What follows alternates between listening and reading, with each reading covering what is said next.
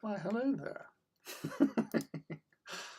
Good evening, and welcome to another Saturday Night Reaver with me, the lovable bearded hairy monster that is the Forge of Mars, aka Lee. Lovely to see you all dropping in there. Right, what was I doing first? I was just, that was it. Starting stuff. There you go. Right, so evening, Luke. Thank you for joining us. Us, me, you, everyone. Yeah, so I was at an impasse. I've had a very busy last week. Lots of things happening in the reality that is existence. So I wasn't able to get anything prepped up beforehand. And Felix, hello, and Adi, hello, greetings, dudes. Lovely to have you here. Yeah, so because of lack of time and with everything that was been going on the last few days, today we decided, after talking to a few people, Luke was involved in this as well, so he's partly to blame, building Warlord Titan, as the advertisement says at the top of the actual link. So yeah, so we're going for a Warlord Titan build, a build along, which are always quite fun. And we'll be doing the basing as well. So I've brought stuff for basing. Have not decided which way to go. So people in the chat, you're more than welcome to joining and suggest ideas, because I've got parts I can, do whatever. That will be fine. We're winging it. This is high level winging at its finest. And if you don't know me by now, I do a lot of flying by the seat of my pants when it comes to hobby. Or anything live streaming in that fact. Obviously, when I'm doing the Artist Empire stuff, it is basically we don't know what we're doing. But yes, it's lovely to have you all along again. So I know what Luke is up to today, because he's been talking about it for the last couple of days since a hobby hangout, because he will be joining those Precepts that are venturing down to Bournemouth next Saturday and Sunday. I'm only there for the Saturday, but next Saturday for the Beachhead 2022 Invitational Titan Walk, I imagine that's what we should call it. And Rob's here. Greetings, buddy. I've been seeing pictures of a Aquila strong point that you've just like blitzed through. Speed and quality. And I see Luke's doing quite well with his work on getting his Warbringer ready to walk next Saturday. Well, for the weekend in general anyway. So apart from that, how is everybody? It's everybody groovy. That's the main thing. We love a bit of grooviness here. And we want you to be getting involved as much as you can, whilst doing your painting skills and your general magic with your model making. Just seen a mouse. I'm covered in egg, trying to wash the carapace and legs. I'm done. I wear Agrax as a badge of honor. I love Agrax. I use it so much on everything. So I know like there's a lot of love for Norn oil, but I've got one pot of Norn oil and I've got probably about 6 pots of Agrax. And I'll have more Agrax before I even go through that Norn oil. Which is weird, because also Norn was like the big thing when it came out. Oh yeah, and just, yeah. I just don't touch it. I like, obviously with Titans and the metals involved, Agrax gives you that nice, dirty, greasy, feel to it, sort of thing.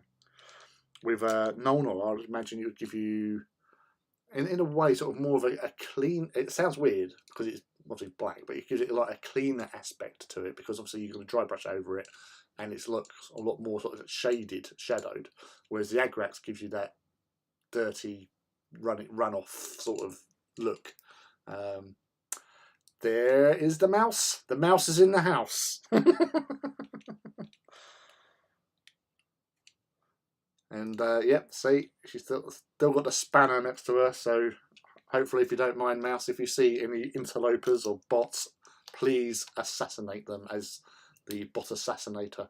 Or assassin of bots. Yeah, what was the name I gave you? Something like that. Yeah, something like that. The master of assassins or bots and destroyer. Yeah, destroyer, killer.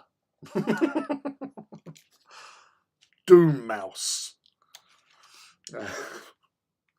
Yes, I have been drinking. Right, I'm gonna found this. Found that in my hobby box. Exactly the reason why I use Agrax and Feeling Adventurous was spludges of non oil while it's drying, or you can do the above and mix 50-50. See, again, mouse is in with some ideas and plans that people may have not even considered. That's the power. Yeah, no, don't like this. That's first and last time I'm using that bloody contactor out. I think it's, yeah. Plus it stinks more. So that's going back in the box. I'll donate that to science somewhere. Yes. You right, mouse? Is everything Doom mouse? Yes. Oh, yes.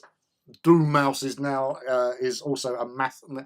You've done it now in my imaginary Scandinavian rock metal, black metal band or whatever. I can't remember what they actually were. Doom Badger or Doom Bear. If you're a fan, you know why it's called Doom Bear. Doom mouse is going to be a thing now. I'm going to incorporate that into the history of these legends because it sounds awesome, and I think they deserve a bloody mascot.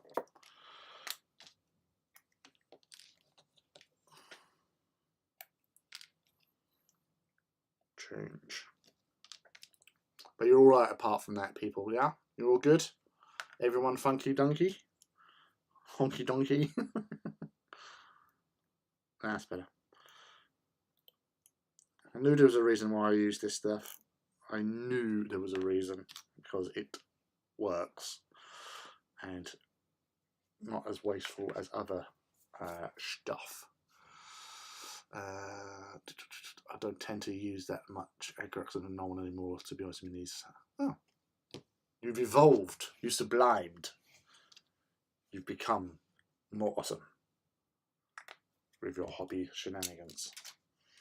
So yeah, so whenever I start a build with a Titan, I always get the legs sorted out because kind of intrinsic to the idea of making them stand in a certain way.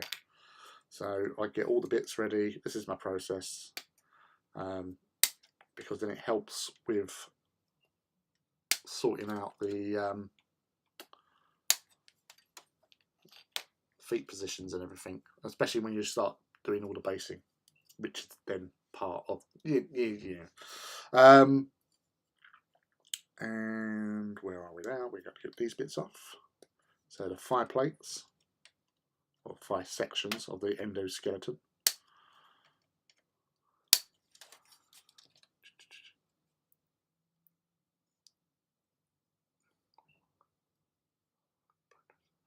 Painting bloat drones, nice.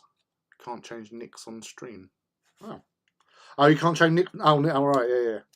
To be honest, I've never even bothered looking at doing stuff like that. To be honest, mouse.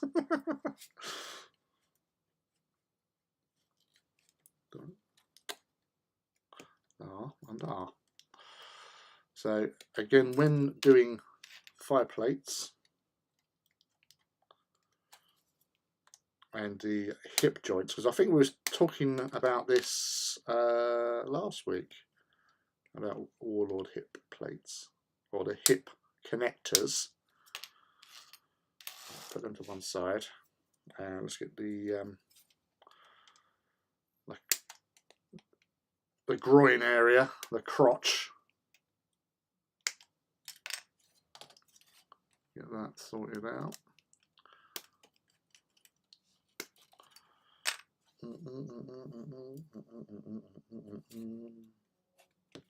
So with the back bit here in particular, for those who haven't built Warlords yet, there's a, when you trim them off, there's always this little bit here. If they, oh, yeah, come on, there you go. There's always that little bit there which you need to get trimmed off, because you won't give you a clean. Because I have forgotten about that several times. So by making it an official thing, by actually mentioning it on stream, it's recorded. Hey, my boy Fenris. You know, dude.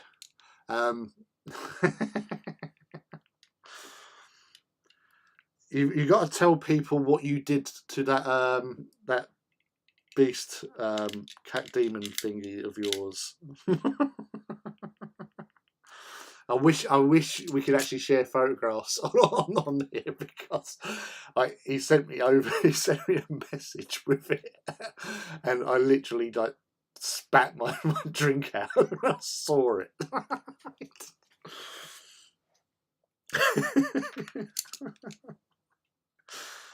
It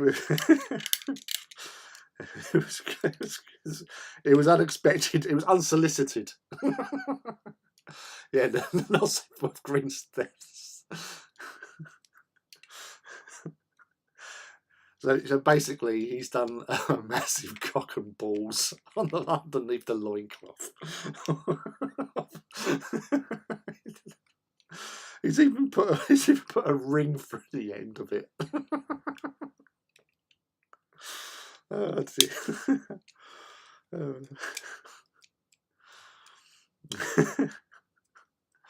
As you can see, it's quite. It's not what you expect from your hobby.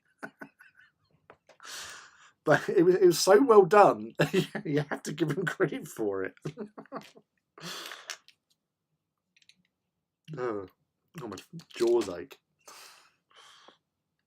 So, oh yeah. So with the contact to professional, it makes you feel even more better about your hobby, because you feel professional, because it says it on the pot.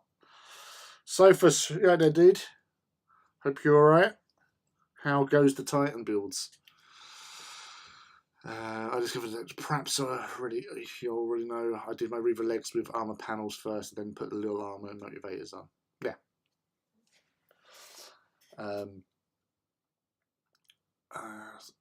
The lower legs, that is, the armor bits look like they move with the leg. Anyway, it gives me some nice movement. The leg without the panels not fitting a little bit. Yeah, that's the thing. You can just like angle in some cases. Like, I always do that. Like in the early days, I always had trouble with Reaver legs, so that's why I started deliberately like keeping the shin section and the foot at 90 degrees, so it would fit the little ankle bits round properly, so the shin plates, the leg grooves, would actually fit in place. And I got the movement and like security by standing them on buildings and bits and pieces, so making it adjusting the sense of motion through the like hip and the knee sort of thing. So yeah. Oh, Doom Mouse is struck. Ha ha ha! You do not know what you're up against, bots. Doom Mouse. God damn it! You deserve some sort of massive double-handed great axe. As Fenris knows, I have a thing for axes. So yeah, I hope everyone's week has been cool and groovy. and without incident.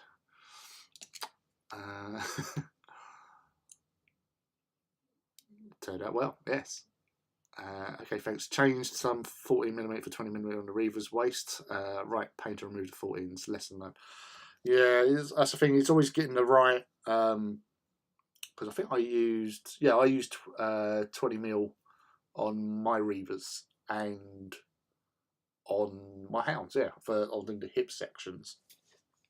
But I remember seeing somebody done like 3, like I think it was like 10mm, but they've done them like they sunk them on both sides, so they're just connected. But then obviously, if you move and twist, it might not actually make contact properly with it. But you know, that's people for you. Yes, the first I did lead didn't. Yeah, you can get the low bits quite right. Yeah. It is a learning experience with these kits, you know. That's why I always suggest that for those who might be starting their career in Precepts and model making of Titans and stuff, always go with the standard sort of instructions how to build them for your first one, just so you get used to it. And then from there, because you will be buying more, you can go off piste, go for your life, because you know how it all should work together. It's when you sort of just jump straight in that can cause problems, and obviously then you start getting frustrated and it pisses you off in the end. So yeah, just always oh, it's O's. The dude. Yeah, axes are awesome. Thank you very much. See, the mouse knows. Right, so hips. Right, okay. So this is the other bit that most people cock up. The chicken leg. Knowing which way to actually put the piece. Because again, when we just go rushing into things, we fuck up. So just remember to reverse it for the other one. It should be fairly straightforward to do that anyway. All right. Let's trim those bits off, because I didn't beforehand.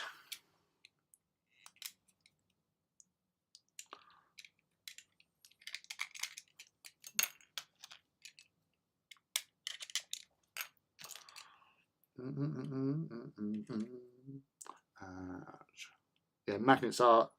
I like my Legio Kratos, because when I was building them, I put the magnets in the wrong way round, and so they are, out of all my Legios, apart from one Titan which I cocked up on, because I didn't do what I normally do by getting another Titan out for reference and basically just making sure everything's the right way. I put the magnets in the wrong way, so I've got, I think it's a Warbringer that I did, the last Warbringer I did. So it's magnets the polarity of the wrong way round to the rest of them, so I can't swap out weapons. So it's stuck with basically Volcano Cannon and Las Blaster, unless I get something else or flip it. I was doing some freehand on the Warhound this week. That was really chuffed with my work. Showed it to the other half, who pointed out it looked like a massive pair of boobs. Not exactly what I was going for. Oh, AD dude. But if you deployed that Titan, it would provide a massive distraction to the enemy. And whilst they're gawking at them, you blow them away. See? Yeah, I know what you was up to, you cunning bastard.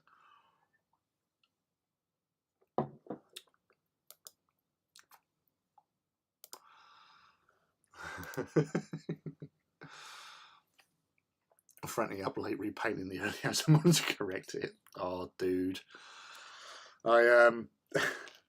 Yeah, that's the thing. Is like, sometimes you just get sort of blinded. You're such in the zone with what you're doing, and you're just going at it.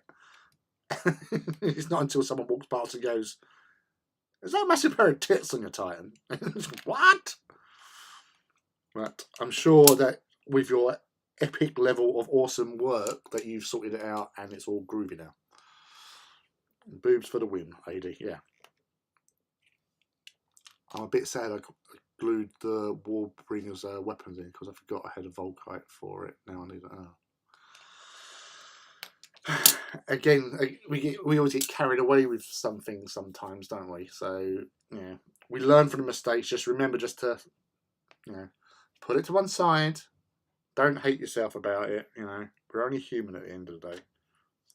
Some of us might be part cyborg. I don't know, but don't worry about it. It will sort itself out. And as I say, I'm not with that one reverse polarity bloody Warbringer. I ain't bothered really. Standard formation. At least it's not likely to go supernova than a triple volcano Warbringer.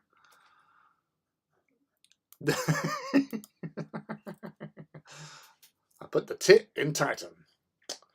You did on that. Well, no, you put it on the Titan list on this occasions. Yes. Well, lessons learned for all involved.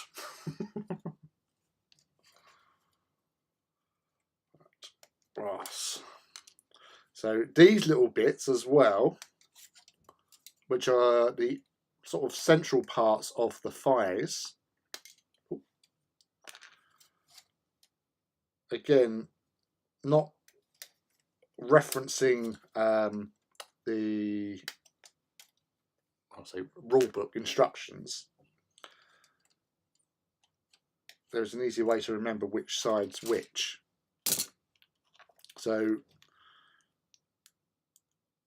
yeah, so that's so the hole is always at the front, that is always at the front, and with the internal parts like these, what you need to remember is that these have these little extended bits on one side, because they go onto there. That's the wrong bit. And then they line up with these bits on the internal for, if I get the right bloody one, on on those bits for where the hip section actually goes in. Because obviously, again, you can go on both sides, but if you want to do it correctly, you do it that way. So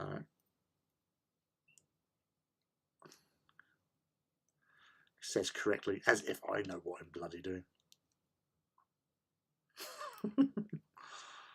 So get that on, and the same with that one, like that. I know I'm like almost showing you guys how to suck eggs, but obviously there might be people that are watching later, or might even be here that have no idea what to do in the pitfalls of Titan construction.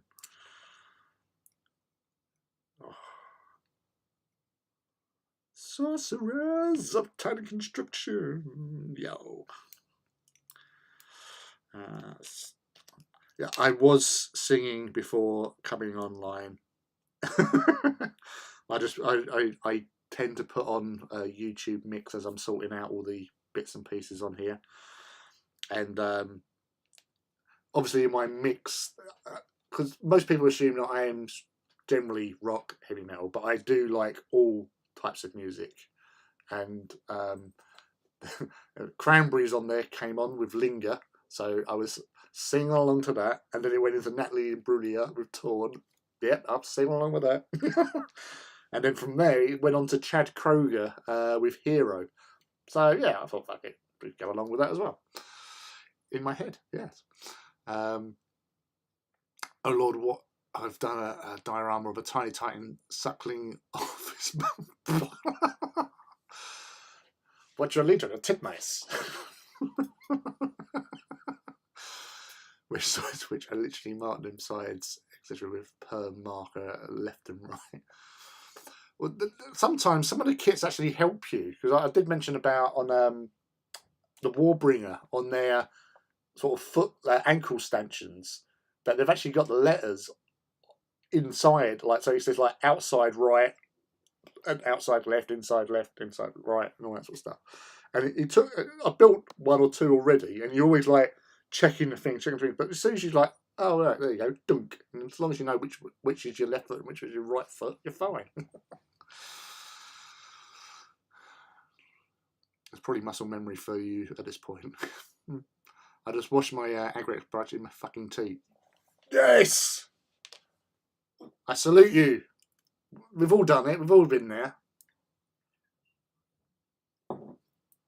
It's when you drink your paintball. That's when you know you're a true aficionado of model building. John. Yeah, Fenris. Yeah, the needles can clog up, obviously, if you leave them unattended for a long time.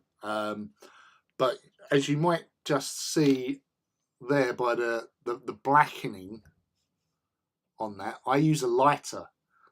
Literally, I just set fire to it, it burns it out. Obviously, cool it down, because I've got myself some really nasty burns off of one of them. You know, you just like, and you just go, and it is, you know, pork chop time. But yeah, it's easily done, because that is an annoying thing when you're trying to like glue something together and no glue's coming out. That's why I changed the needle, because that one in there was actually my old pot, and that had sort of, well, that was from the old pot. The new one's in there because that was bunged up. So a bunga. There has also been times when I glued that together, forgetting to put this bit in. So, just to prove, you know, even I can make mistakes with these bastards. I say that as if I'm annoyed at them. I'm not. I love them. You know I love them.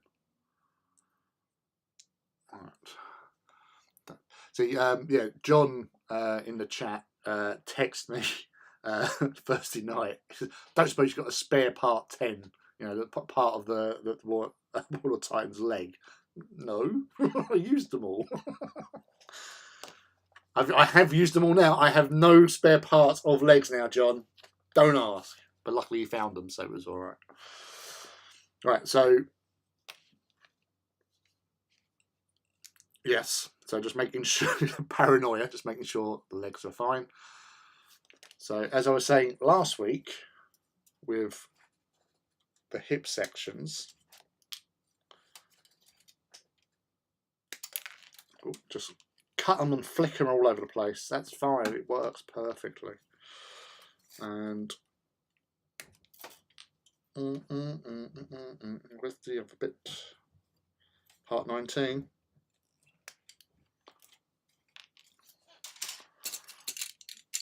So let's trim the back bits off the roughness a bit.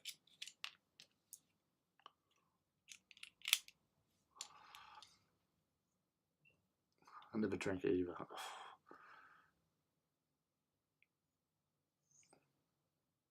That was my pleasure.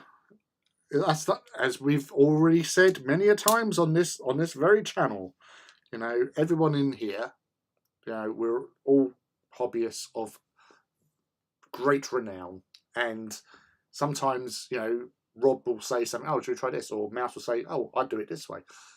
And we learn from each other. And that's the real useful thing about having a group of you lot guys, hobbyists, that come in here, chat, you know, have a laugh, you know, drink paint water or or tainted tea. And you say we learn more from it, and we can apply that to our own hobby skill sets. And that's how we all improve. And sometimes, you know, these sort of things, you can go to like hobby building like classes or painting classes or whatever like that. But you can just, without realising it, sometimes you just pick up something just from a message on the chat. So it's very useful.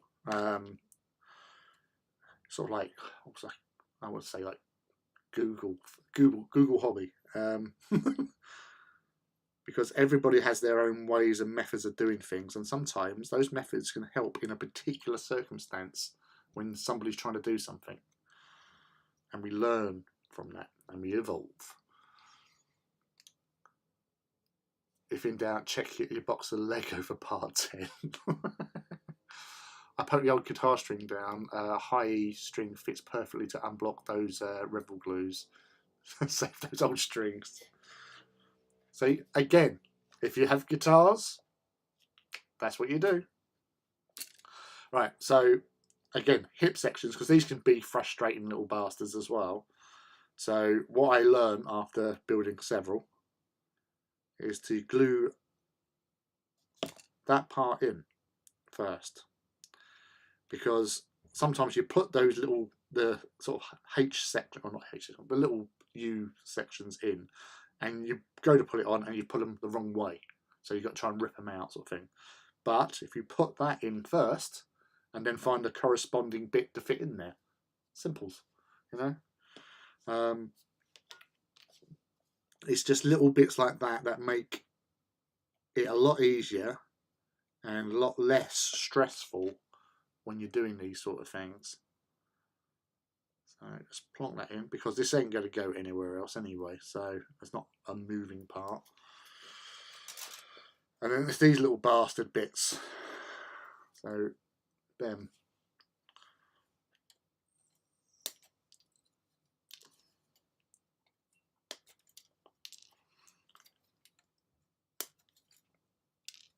For example, I took Rob's advice on waking up at the crack of dawn and painting the whole day.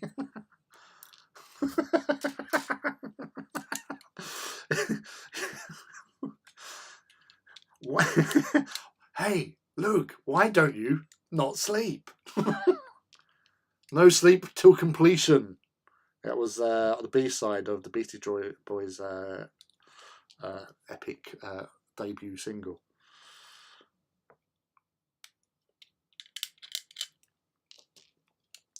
You can always learn something new in a hobby. It might be a tiny thing, but it's still useful. Exactly, Mouse.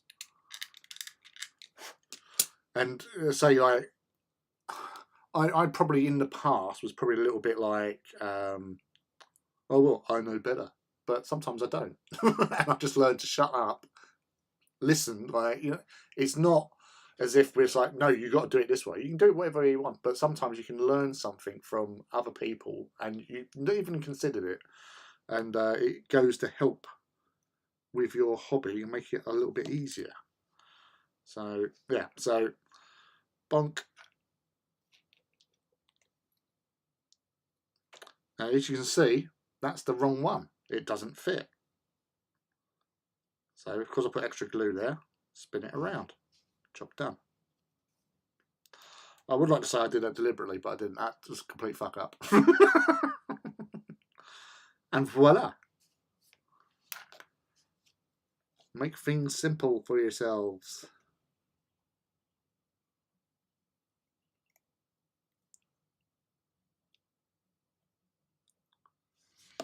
And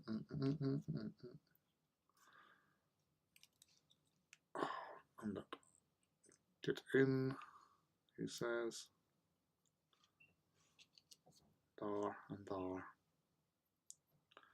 Because in the instructions it tells you to put them in first. So that's what I was saying. Don't put them in first. Put that in first and then just fill in the gaps.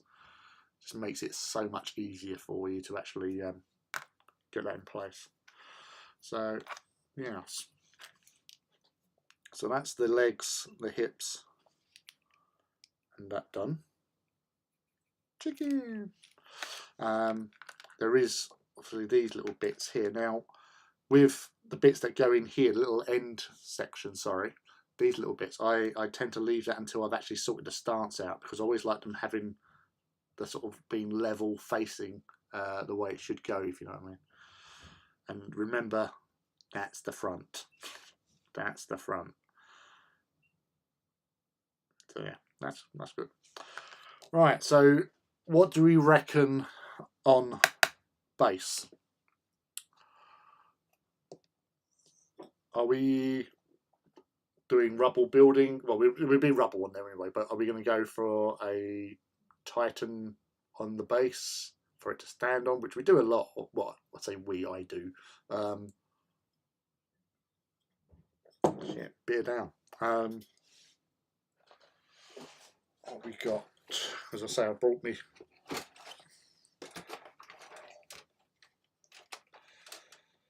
So I've still got the silo-y things. I don't know if I've got any roofs for them. Yeah. That's interesting. I don't even know what legion I'm meant to be doing this for it. Dead Vulture. What, you want one of yours dead? Dead Ultramarine?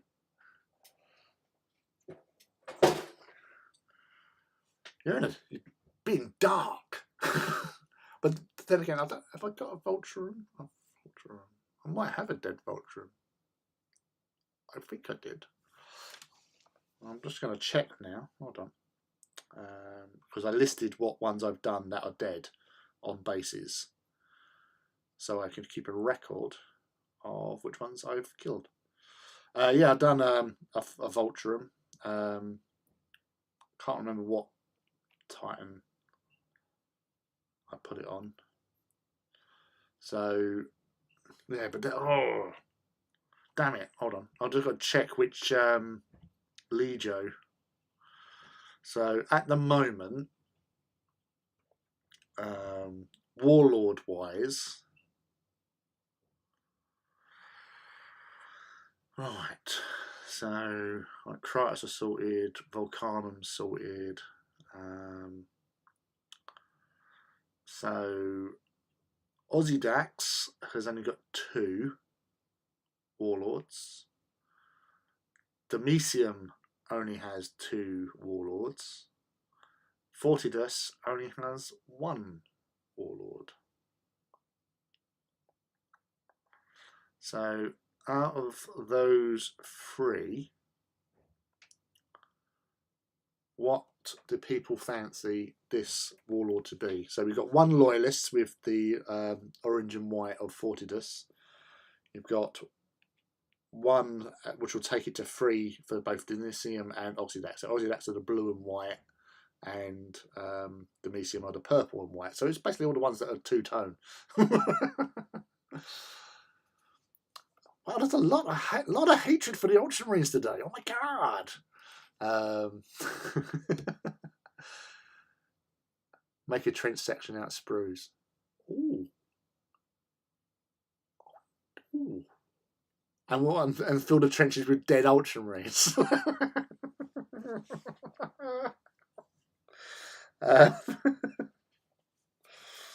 Yeah.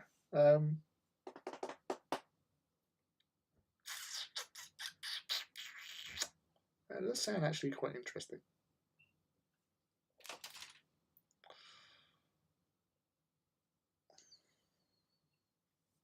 So like you'd cut that section out to be like a corner bit, and then do straights off of there, and do a little sort of doodah section, yeah. So we got 1 vote for Ozzydax there then. Blue and white are awesome. Well, they are kind of awesome. And that will take them up to 3, and then that's like a minimum sort of 40. The blah Extermigus, I think you need 2. Oh, you might need only 2 for an Extermigus. Let's check on the. No, that's Titan Leaders. No, I don't need Titan Leaders. I don't need Titan Leaders. I need Mantles. Where's Mantles? There it is. So I think most of them, he says. No, Extermigus needs 3. So if I want to do an Extermigus, I need at least 3 Warlords. Oh, we should paint these metals first, like I usually do. Broken pipes with steam, etc. Yeah, I think I. So if I'm doing Ozzydax, because they were based on Riser during the defense of Riser, I tend to use the Mechanicum sort of scenery on them. So let's see what we've got left in the Mechanicum scenery box. Which we've got lots of bits. So because I used 1 crane already on the base of 1 Titan. Because I was not that fussed about doing cranes. These bits I'm going to sort of, I think I'm going to keep them anyway. So I can use like bits like this. I crashed because I've done like one crash crane section, so I could do that again really. Break this up perhaps. Stick some pipes around the place. Do whatever these bits are. Blown out silo maybe.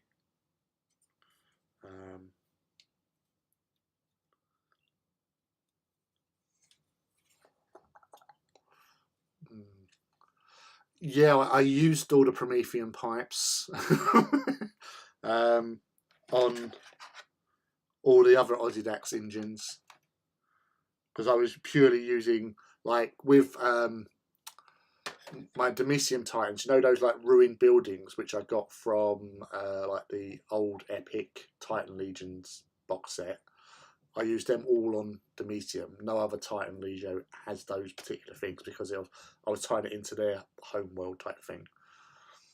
A blown up container with a dead Ultramarine on the side of it. Jesus, man.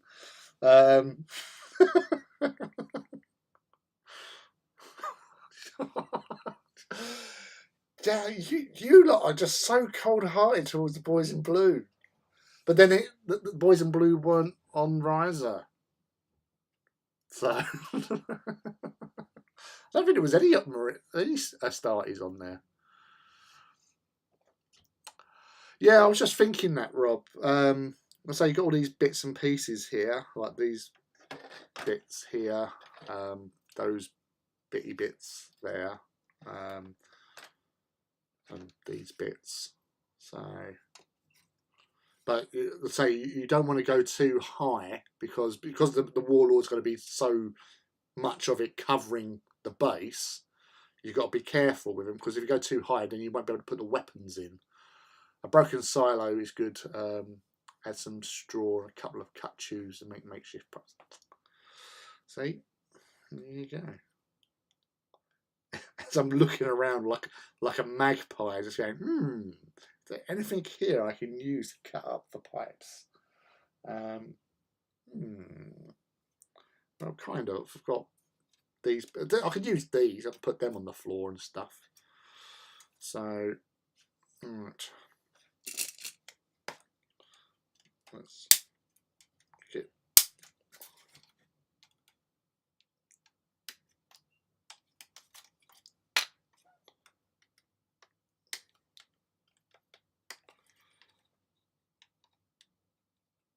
Come out. Get in.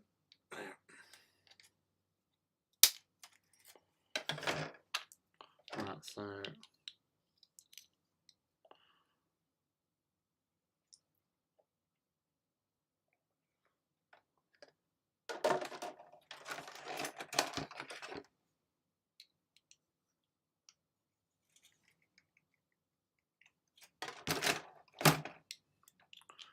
Let's glue this together first because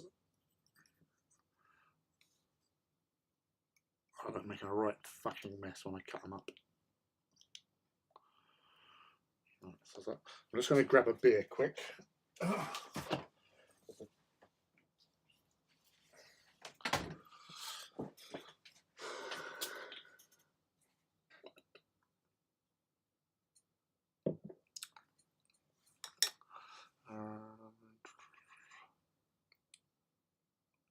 Totally, we're all bagpipe. Yeah, exactly.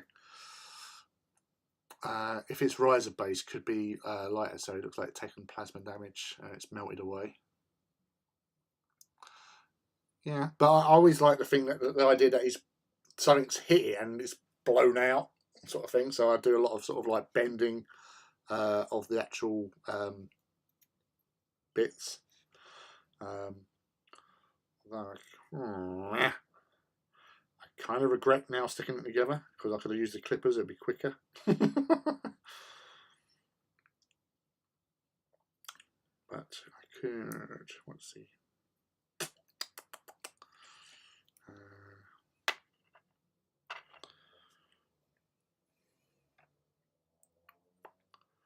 I haven't got a saw with me. Hold on.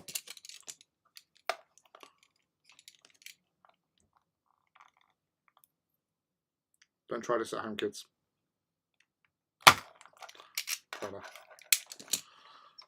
When in doubt, time to go World Eater on it.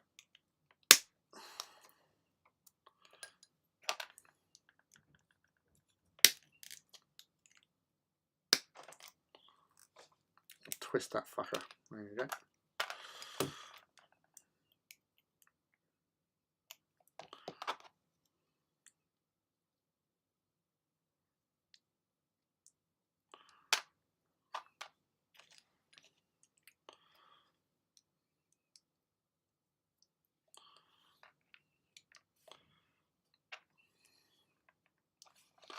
I could do, obviously, trim those bits off and then upside down it, as that's blown its top as well. As he drops it.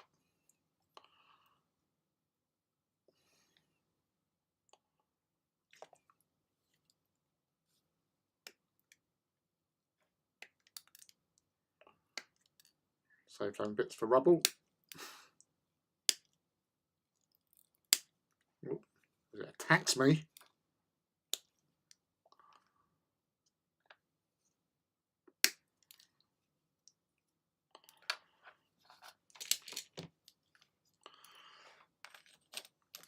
So you have it like strolling. Oh. It's going to be one of those days where I just drop everything everywhere.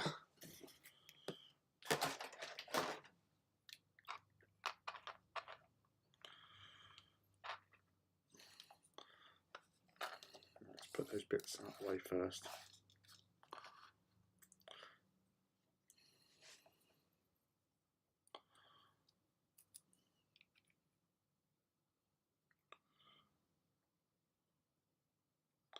So it's like strolling right through the middle. So you've got to be.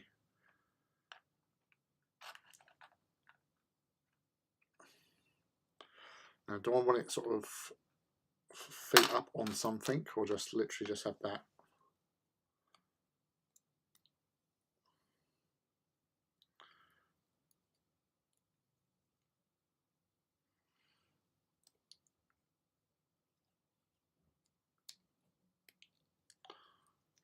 Really should not be impatient with that.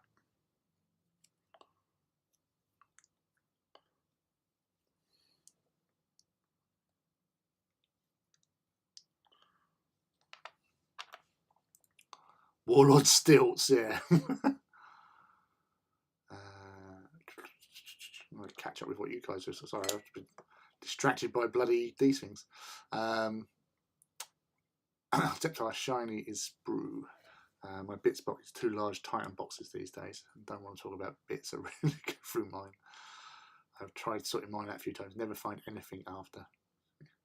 You just got to leave it to random chance that you actually find a thing's like spot on straight away, bang, bang, bang. You know, I have a couple of boxes of mostly sorted vehicle conversion bits and everything else. Now I put lots of things in safe places where I will remember where they are. Needless to say, I lose a lot of things and make lots of interesting discoveries. That's what John did with his part 10. Yeah, he left it in a safe place and he went, bye-bye. Disappeared.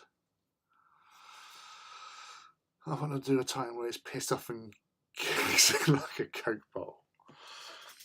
There was, I don't know if you've seen Rue's Reaver, where he's kicking like a rhino or something. It's like, get out of here. I'm going to boot it across the screen.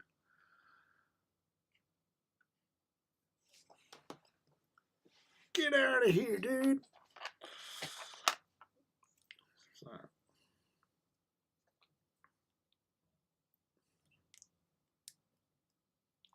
yeah, it's just get your clippers on that. So it looks like it's being pulled apart from explosions. So,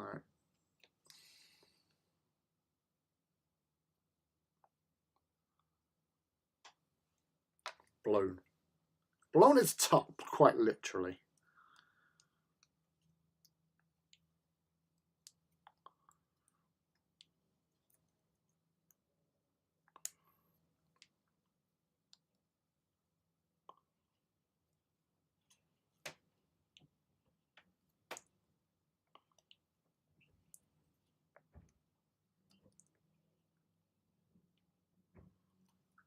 Let's bring that around.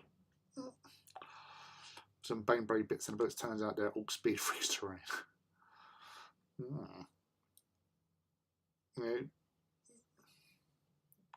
Yeah, I'll do. I always wanted to do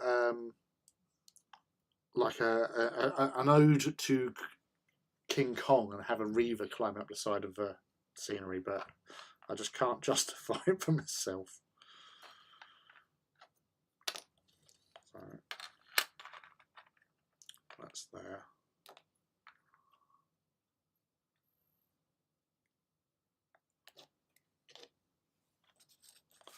Get that around the back.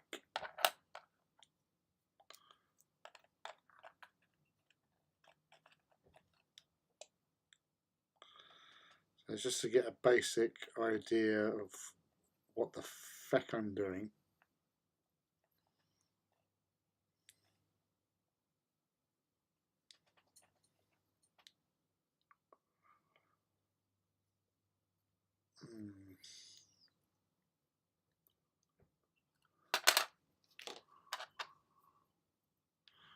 Then we'll try and bend that up a little bit.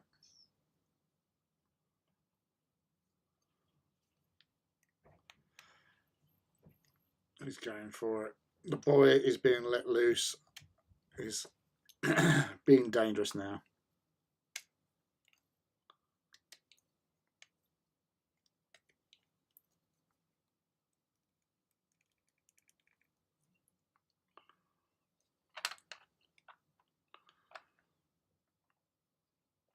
So it's got one hill going up, one firmly planted, two silos. So if I get this leg just positioned just right, and then I can fill in the gaps between with some of those pipes and stuff. Yeah, that was the idea. Back alley Titans playing kick the can. Yeah, it was like, you know, double fisted one, using one to hold onto the building and then, like, you know, have an airplane in its grip as the other one flies around.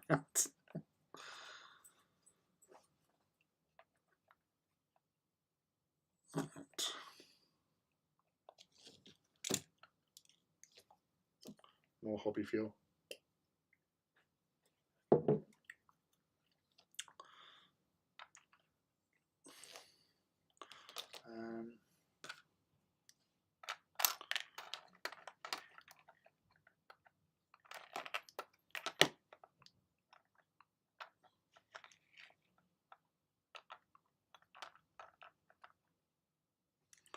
Not having it.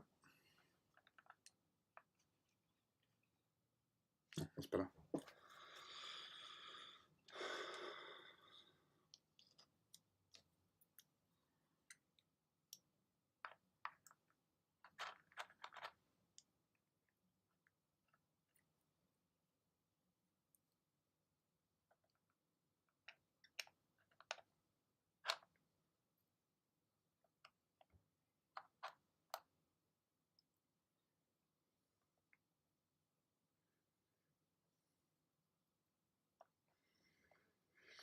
Alright, so maybe we should just concentrate on doing the stance and not worry about these bits first. So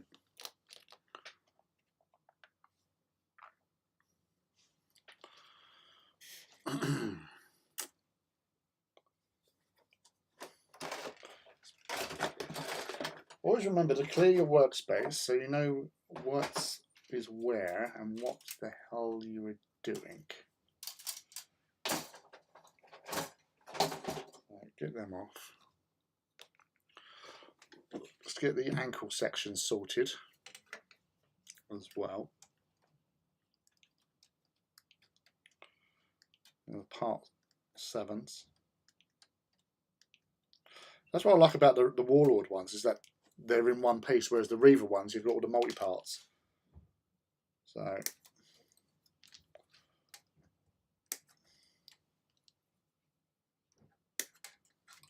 it's a bit windy outside tonight as well. So please.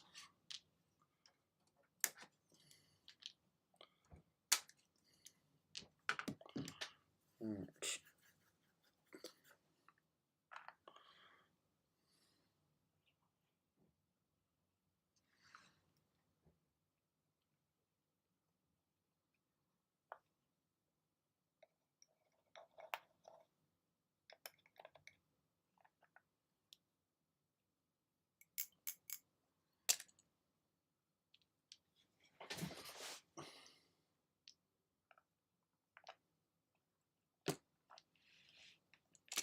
Me, he's lost it.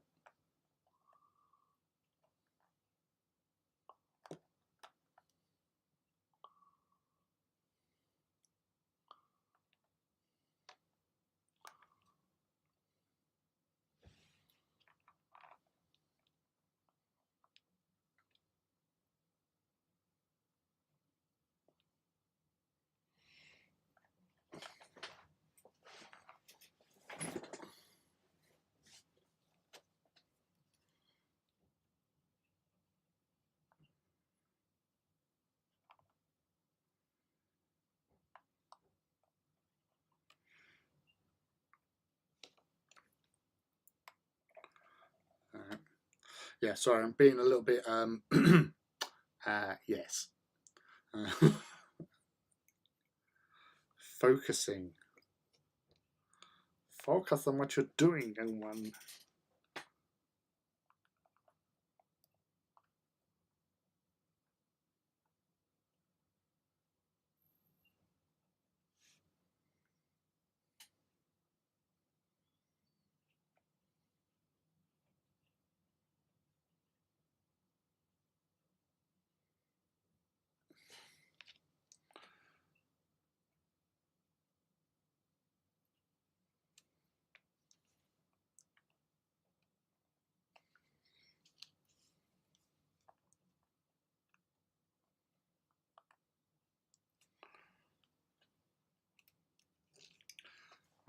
I think that's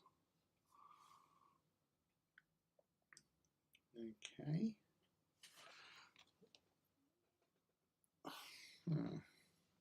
So I'll have a fly down. Right, brace yourself, we're going in.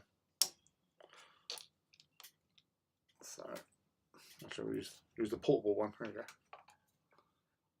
So it's got a little bit of the raised hill there, so nothing too drastic, because you know you don't expect these to be like in a sprinting pose or anything like that. So it's just little cutting underneath the foot to be able to bend it up a little bit. But you can see the leg is probably around about 85 degrees. So the hopefully the he says hopefully the pads will actually fit. Which if they don't, I'm going to be really upset. But I'll have to do some cutting and shuffling with them. But as a stance, it's got a bit of motion in it. But then, as I said, you don't normally have these guys tap dancing their way across the battlefields. They are striding across with purpose to actually annihilate. Dizzy. I'll try not to make you too dizzy. So, as you know, I don't stick these on at this moment either. So we can see, maneuver it a bit like that.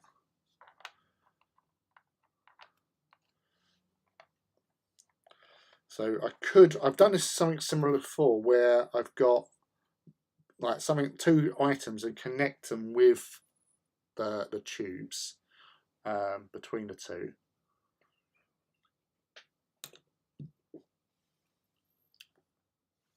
Well, now I want to do one's doing the cha-cha-cha. You would. You've got lack of sleep and Warbringer madness already setting in you. And you do that with a big one. D. A double D. Get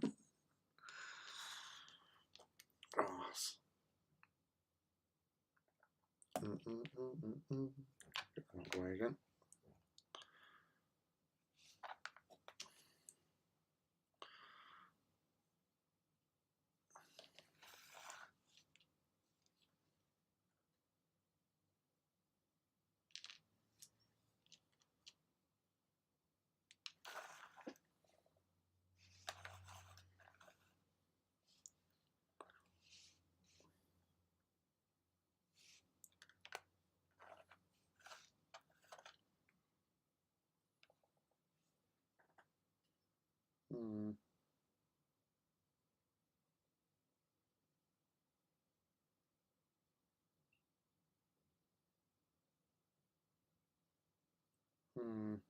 It says ponderings.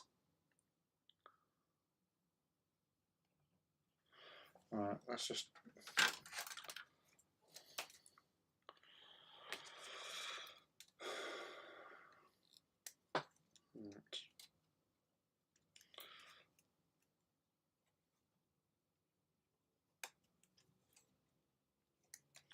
this is planet Earth.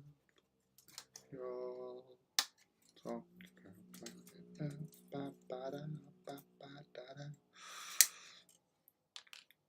This is planet Earth.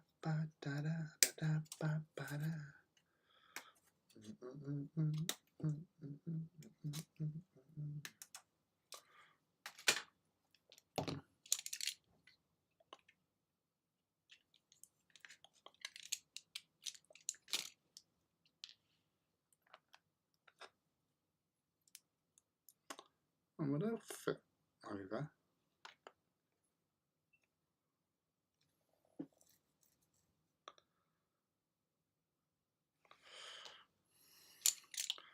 Curiosity killed a cat, but sometimes curiosity can save Amagos lots of trouble.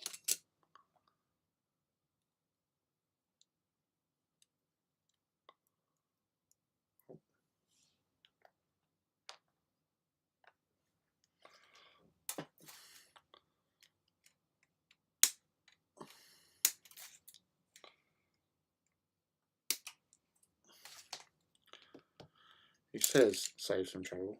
I think I am in trouble. I'm just paranoid to the max at the moment with this little. You just don't realise just how big they are.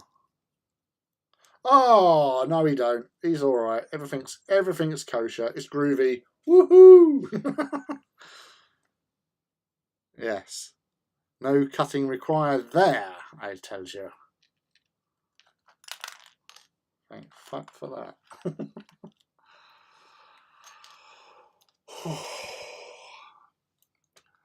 I'm already doing clicky Chaos Reaver and shits and giggles and seeing everyone went on about it. Clicky like finger snap. Yeah.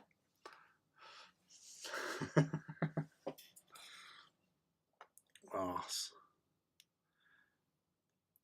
Yeah, Luke was on a hobby hangout with some of the guys from Titan Owners Club, and he was just like, suddenly just go, is there any spaces left?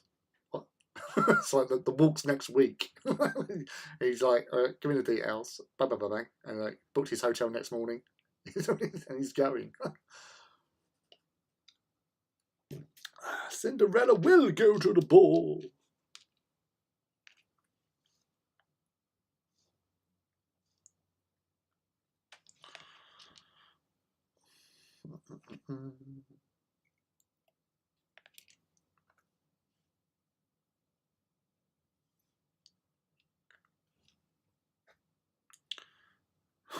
Just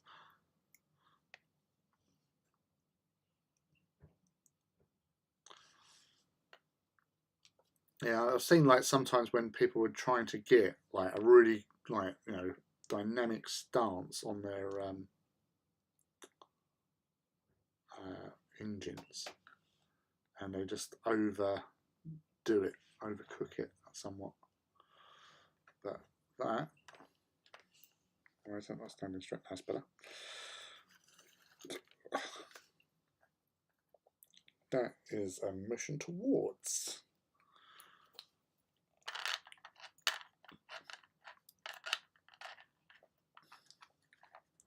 Actually, I prefer that one at the back, though, the big one at the back.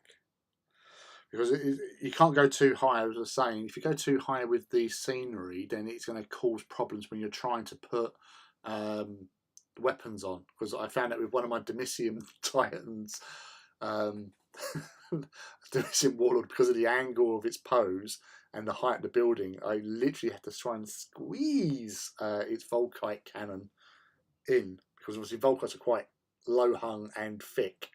whereas volcano cannons are actually quite narrow. They're long but narrow in comparison, and it's just like just a twist, push. It's in. It's fine. So yes, right. So we're going to go with the 2 blown out silos. There. Let's get out of the way.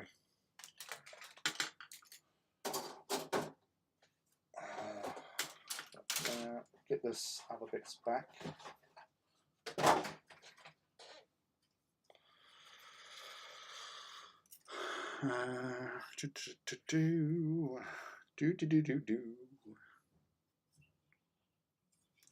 That looks interesting.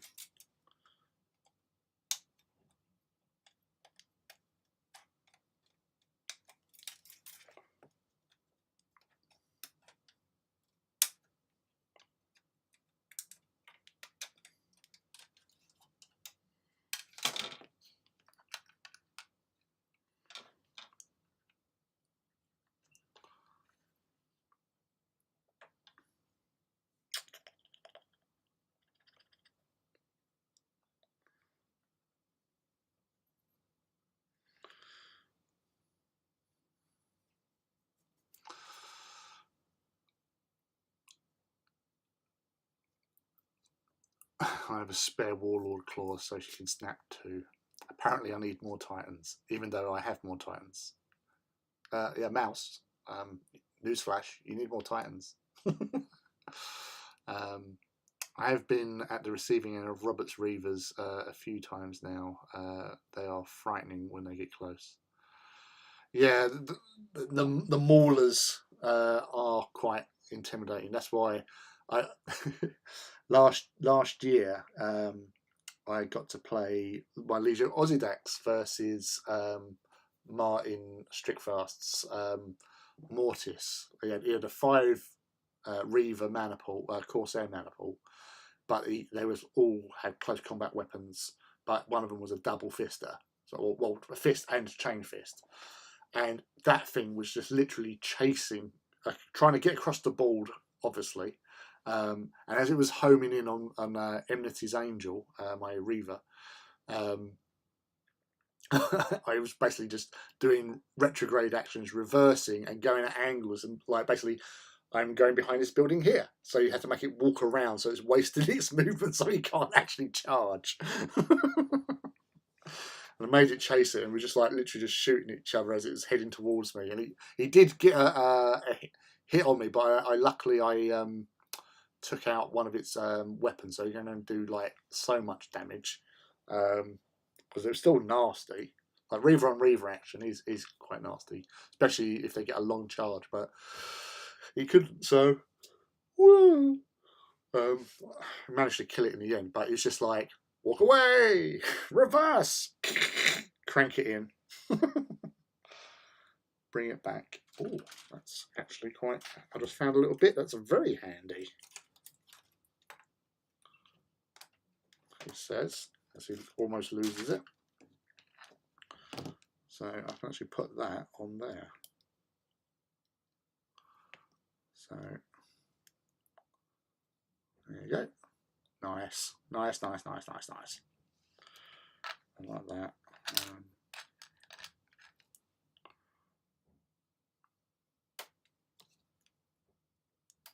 Separate this.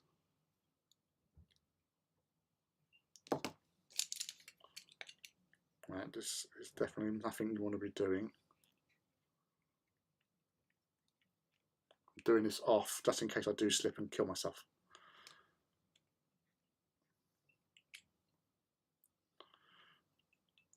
It seemed like a good idea at the time.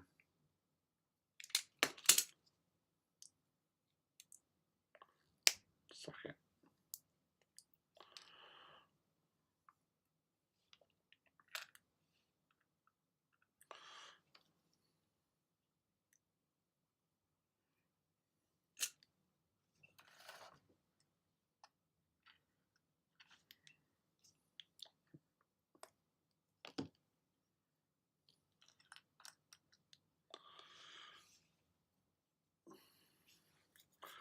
To random stuff.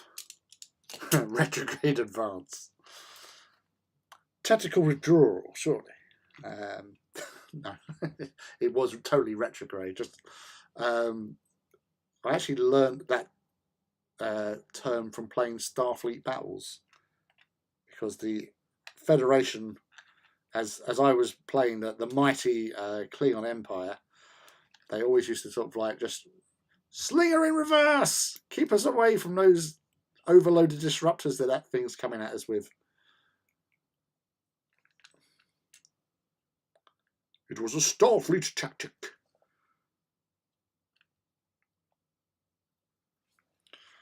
That's that.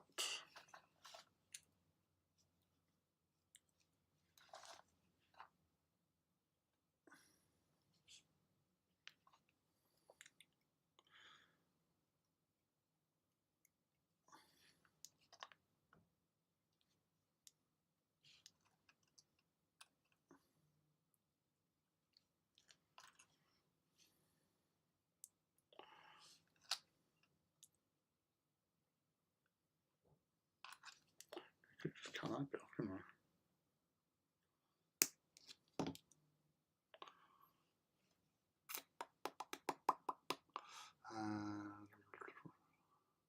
I need some Elder Titans. Titan was announced they're considering Xenos Titans if there's enough interest. Funny you should say that, Rob, because Matt messaged me earlier on if I knew of anyone who might have had some sort of rules for AT for Phantom Titans.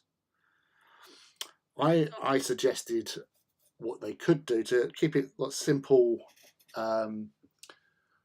Was to basically make a Phantom Titan, for example, the same sort of stats as a Reaver Titan, but because they traditionally had hollow fields, so that should make them like really hard to hit. So it was just basically 6+ to hit them, flat 6+, no bonuses or whatever, always 6+, and they don't have to like roll reactor dice, sort of thing.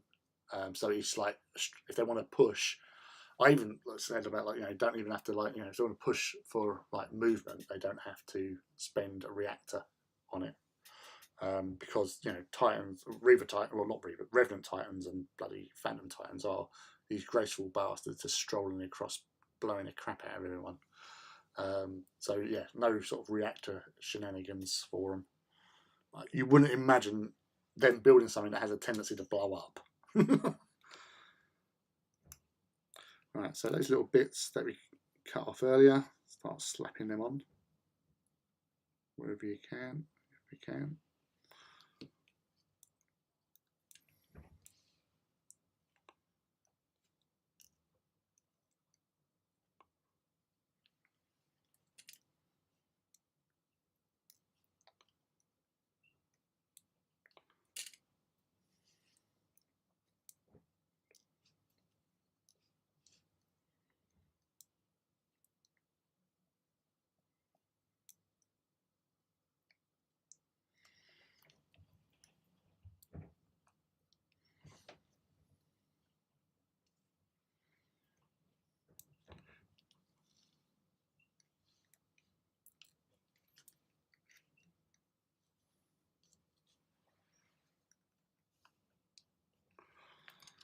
And so that's what we start to do. We start to build up on these things.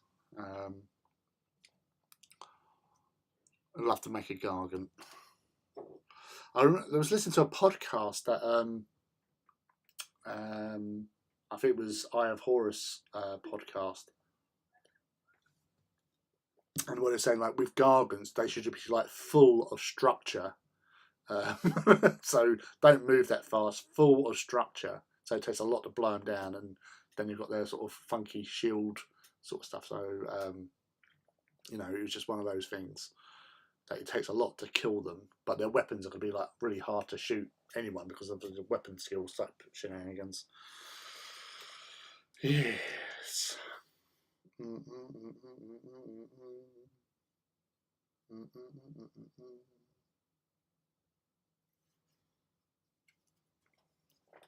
I don't know what this bit is, but it's looking interesting.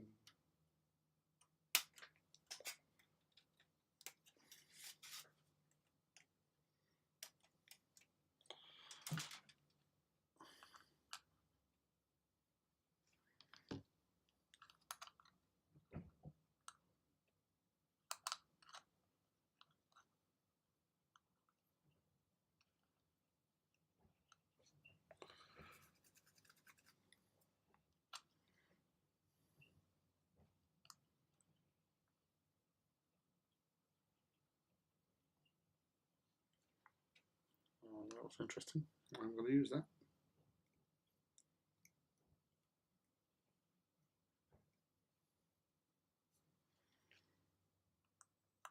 There.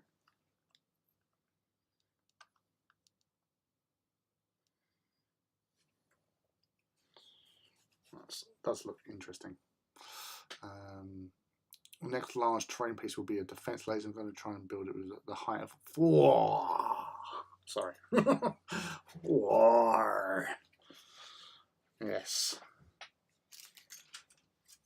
You do that, dude. You get on that and make it so.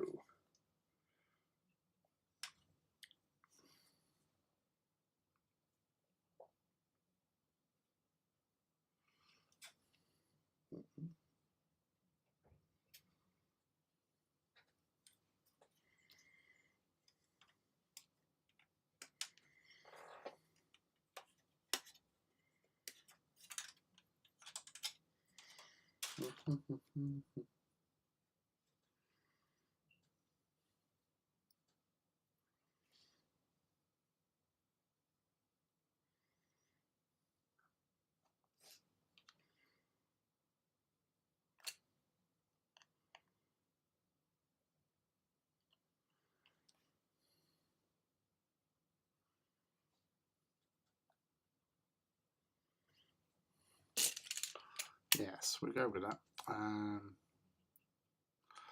We need big terrain. Yeah, I know. It's that is the thing with Titans Owners Club, doing things in such a bigger scale. You need the scenery to back it up as well.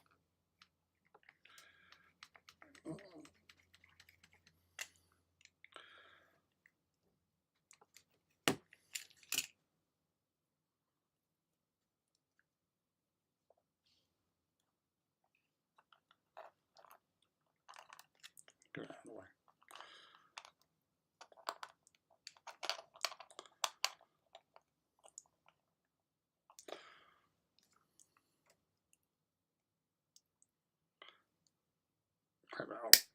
Take that. Maybe one little bit more snip.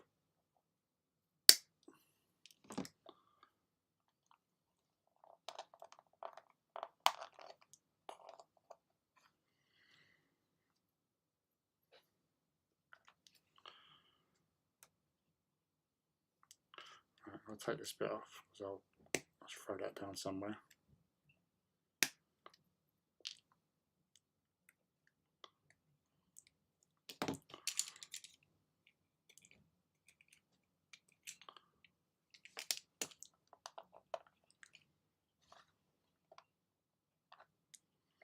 Works for me.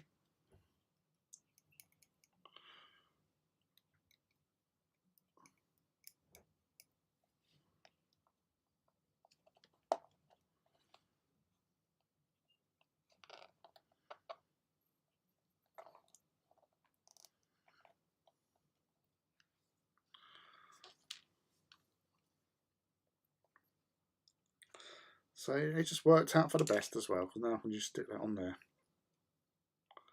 Make that a little bit more interesting.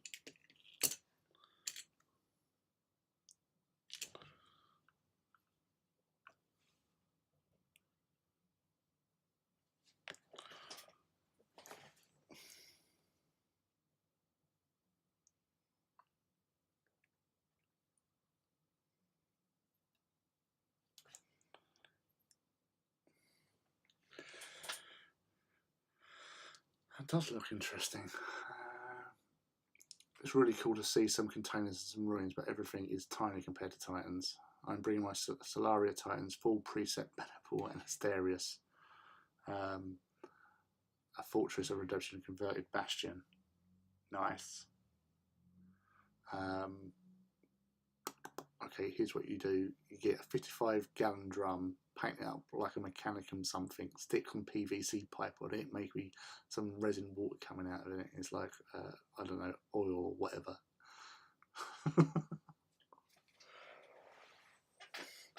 Anything is possible, Mouse. Anything is possible. Alright, so let's have another flyby. Brace yourself, Mouse, we're going in. Ooh. So we've got the Titan striding over the base. And so it's just little added bits. I'm going to add some more sort of like detritus and rubble and stuff. But, you know, that little end piece there, sorry, there. So put it there. Or there was off of that bit. I've still got that bit to throw down somewhere, so I'll find a place for that. That'll be interesting. Might actually just do it over here. Yeah. Because it just adds more sort of feature, which is always nice. Oop.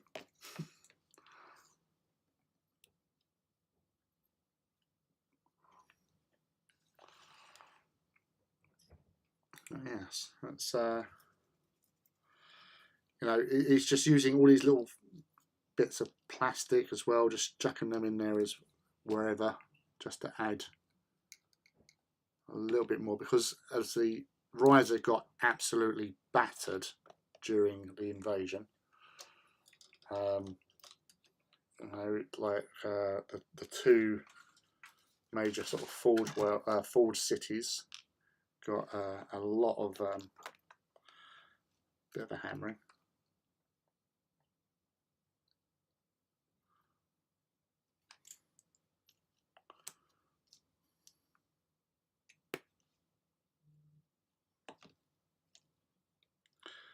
So it doesn't hurt just to ham it up a little bit.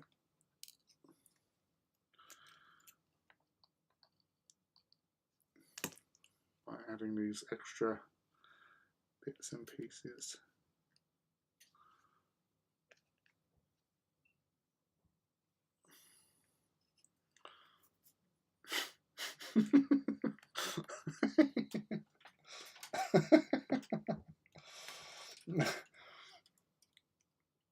Right, I'm gonna do something, but I'm going to have to quickly run back indoors to get something else. So if I can trust you guys to behave yourself, it'll be 30 seconds. Because this is actually tickled me. this little plan I've got. So just talk among yourselves. I'll be back in 30 seconds. Don't go away.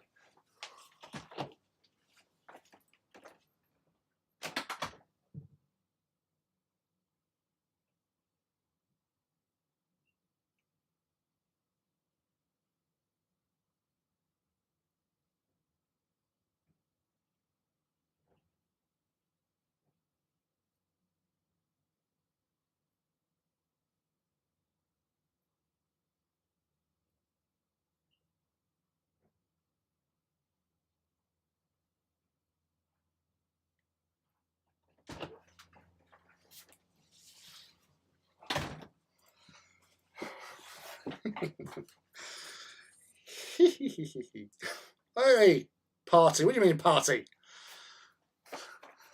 Immediately run some mop. Really? I've sketched up some plans for the lasers. I've already got some parts and some ideas. Right, okay. Now, I'm just going to have a quick look in my box here. I'm not showing you anything as of yet.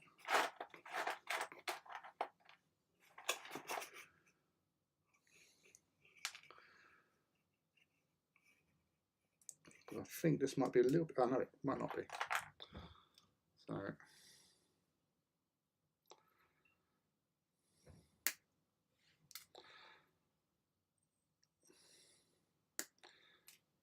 I think this might just be it's silly what I'm about to do, but I'm sure that you guys would probably appreciate it because we're all in a bit of a silly mood.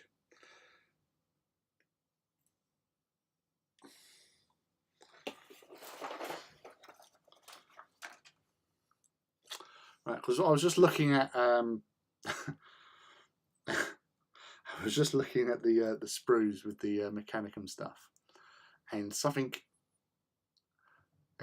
It's the Smiths. Hang the DJ, hang the DJ. And I noticed something that I thought, oh, this could be interesting, which was this ladder. Now it looks like an ordinary ladder indeed. Reason why I went inside was to get a little dude and have the ladder on top of him. So it's like he was climbing up that when it blew up, and then he fell. It's on top of him. That's what I was thinking. That I might just trim that bit off, but that was my idea. We're actually going to do it that way, so there's a little less, so you can still see him underneath the ladder, like that.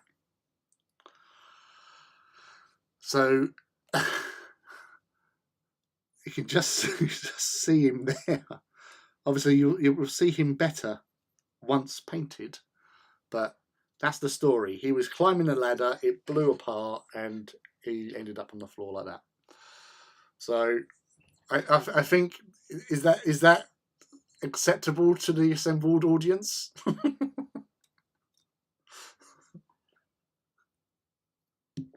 Heck me on the building. It's Captain Wilius Coyoteus.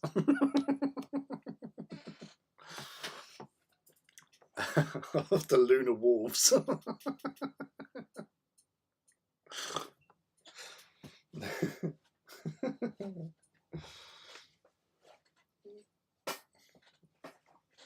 Space Wolves. So right, okay, we're doing that. Yeah, we are doing that. Now have a Titan where you have two Smurfs holding a ladder going to me to you.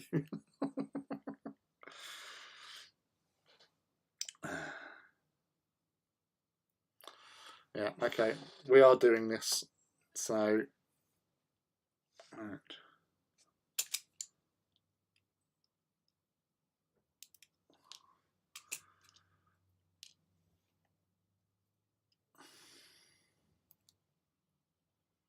Let's trace.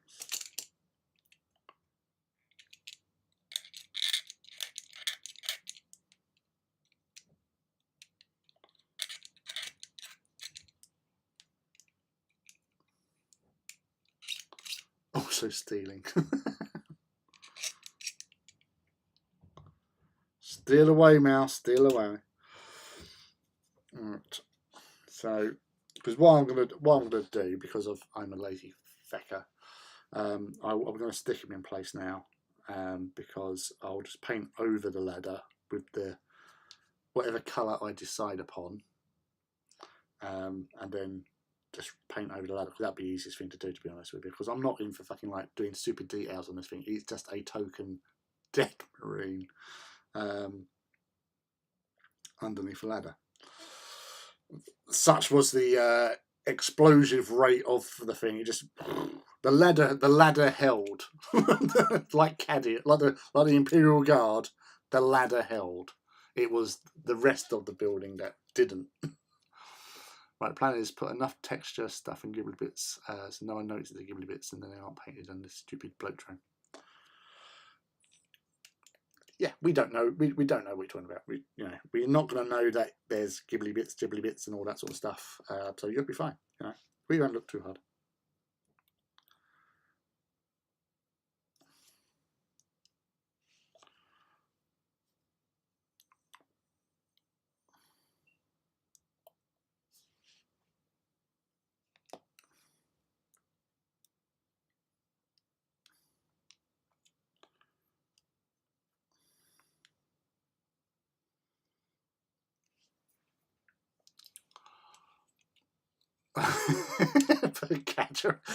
That's quite a tiny ladder mouse. It's like, I don't think I'll be able to do it. I don't think I'll be able to do it. Right.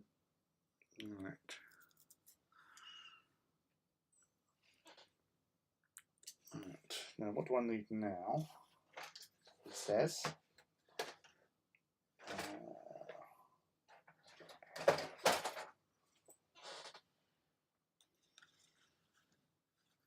Goody man. Will you stop picking on the Ultramarines, you lot? You're very naughty tonight.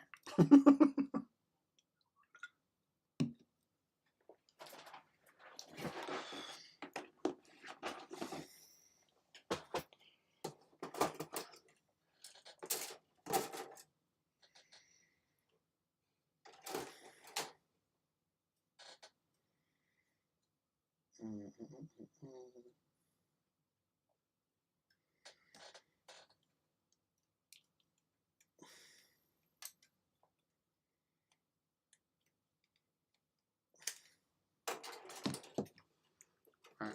Thinking about putting that in there. Don't know why. I just thought it would look interesting.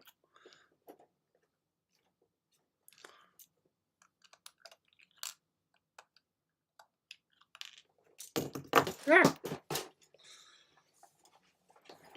Yeah, that's the last thing I want to do is like pin vice myself.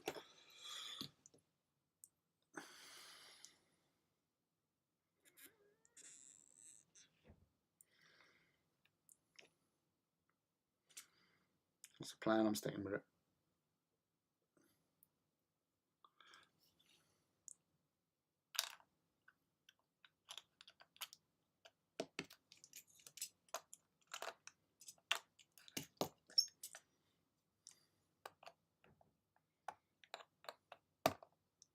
There you go. Bow! Oh yeah.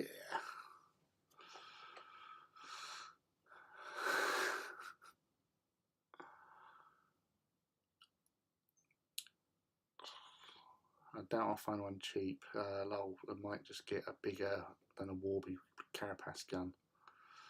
Yeah, but I say your little projects, Rob, are just always next level. They're just great to see. And we all thoroughly enjoy seeing them. So keep up the good work, dude.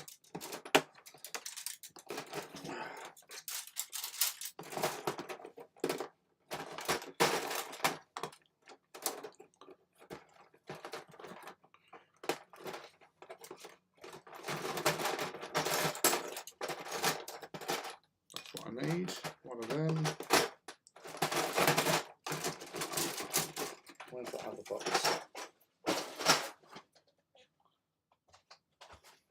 I'll make some noise.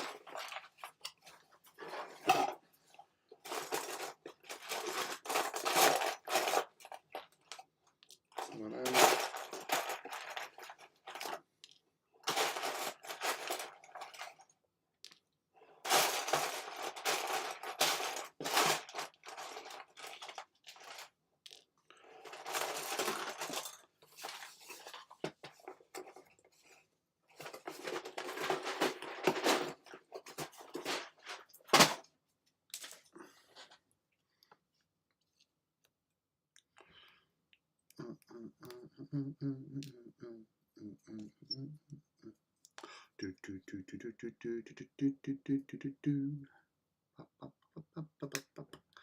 Let's get that.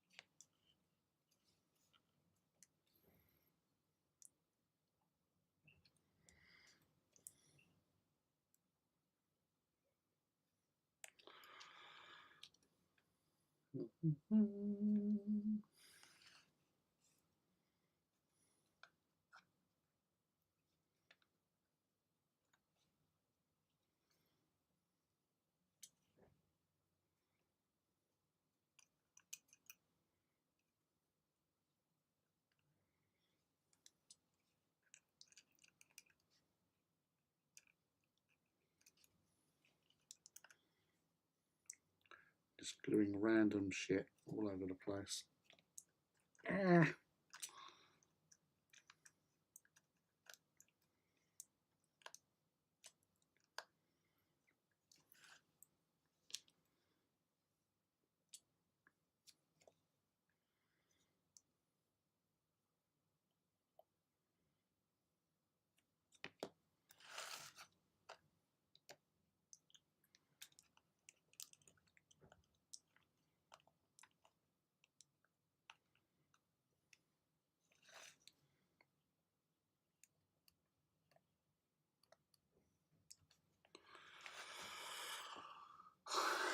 I like these little pipes. That's why I don't use all these pipes.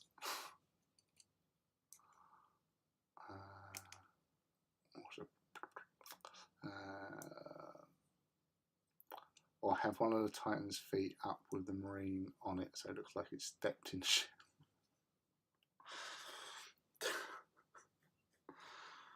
Well, he's sort of like got his foot up on the back there.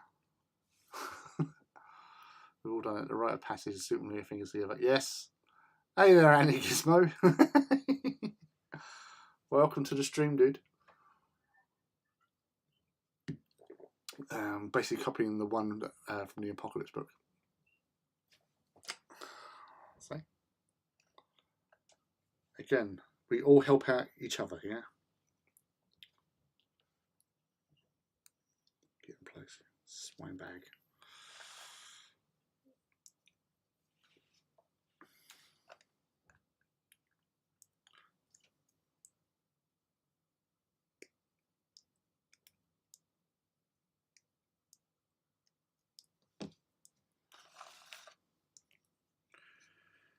But yeah, it's just oh, we'll get there really.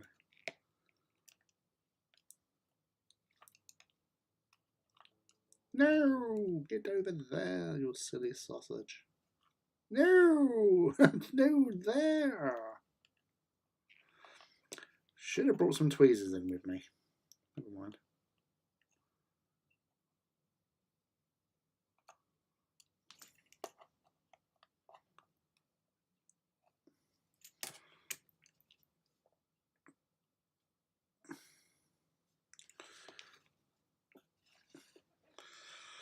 There's like the old Tesla charging point there.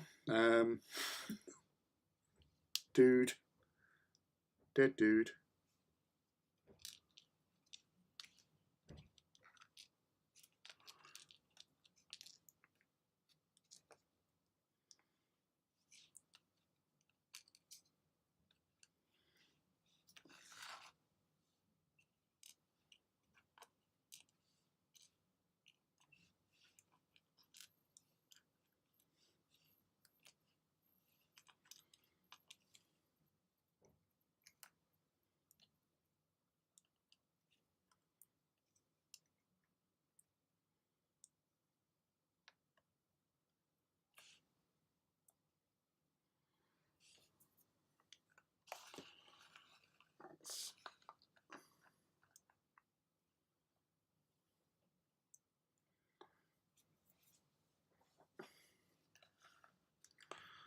Right, so right,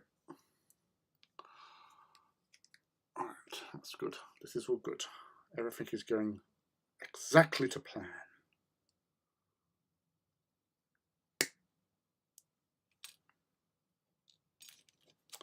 He says.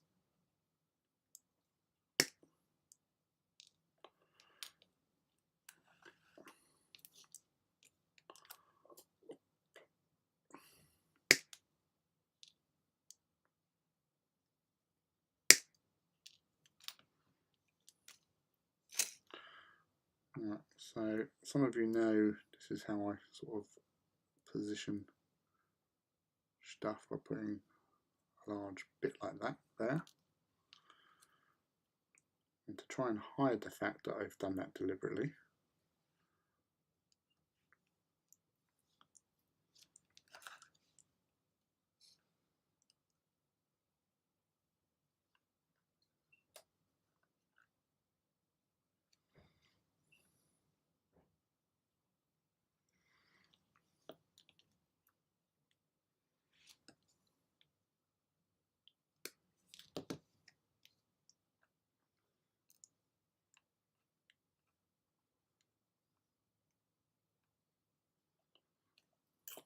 yeah, that's that there. So just so I know where I'm positioning the front foot, and then do the same for the rear tutsa.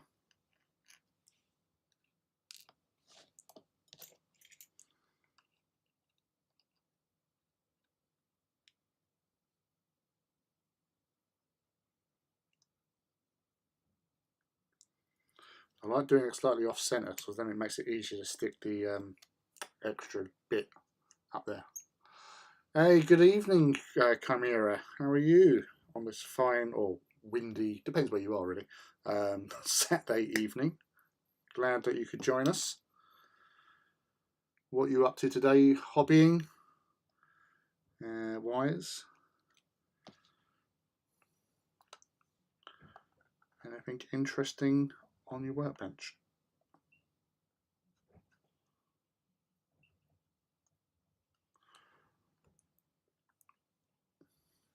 So that gives me positioning of that all sorted out. So that's all good. Alright, so we've got something for the inside there. Just check. I don't think I've got any more of those grills. I think I used the last one of them elsewhere.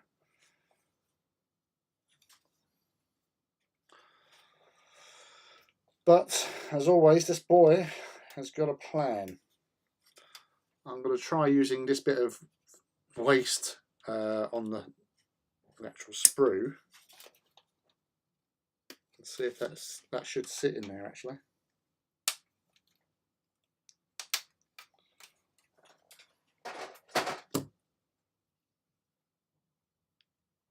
He says.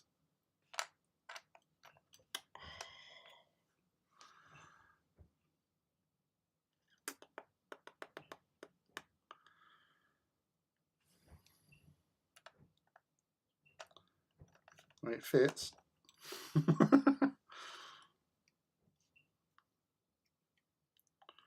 Or do I go? I don't know. That's a bit weird. You better just doing it flat. Leave that there. Sorry, I'm just muttering to myself. Sometimes you have to talk these things through with your brain.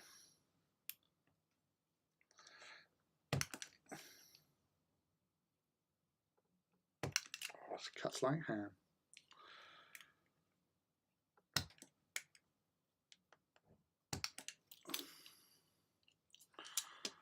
So that's just leveled up off a bit. Glue the thing up. But that's the only bit that's going to be making contact is with the floor.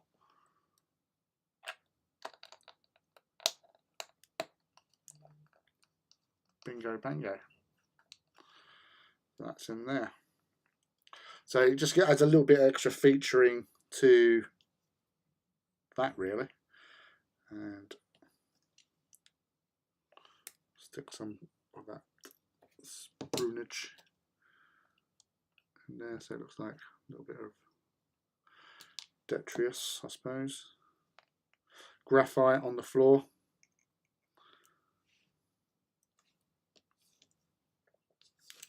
And such. That's the plan anyway. But yeah. So right, I've got to just do something around the back there. So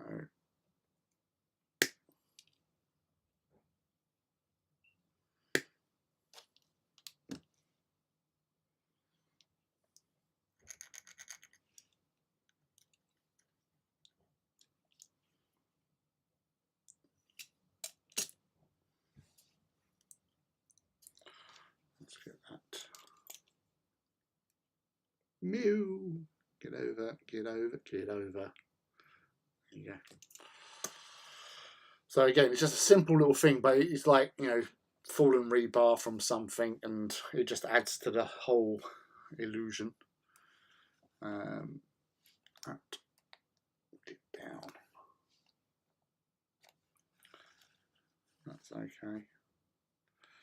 I like this little Tesla fueling point, and the marine that's been crushed underneath, the Cadian ladder, as we're calling it.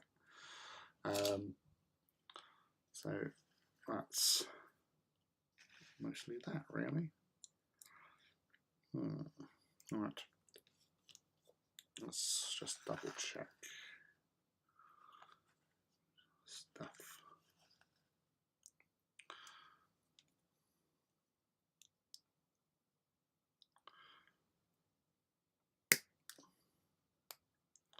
Get that off there.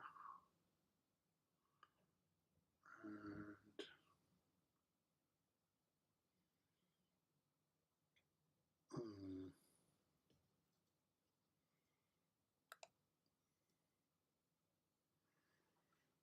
yeah, it's interesting. Fine.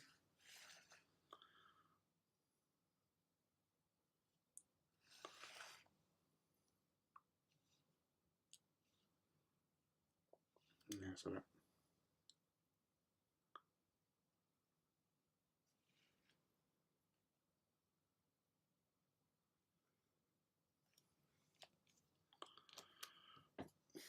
Put that back in there.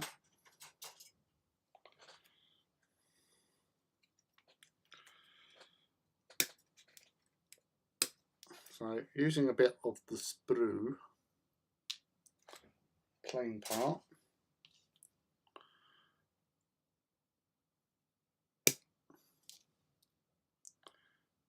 start cutting random bits of rubble.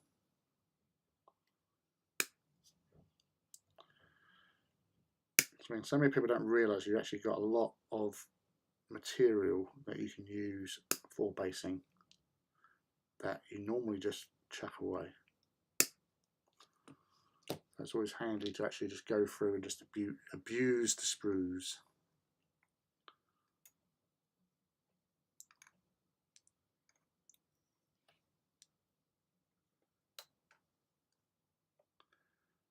Let's completely just destroy that. That's fine. More the merrier.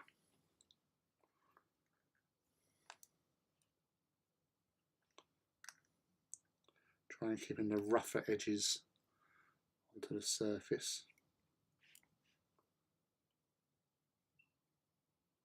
when at all possible.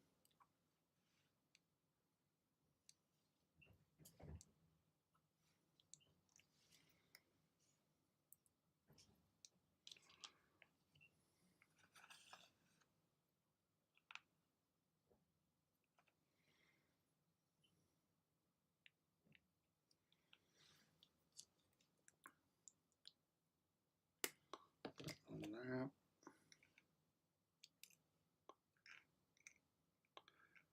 or to just add that little bit extra feature to the devastation of Riser. And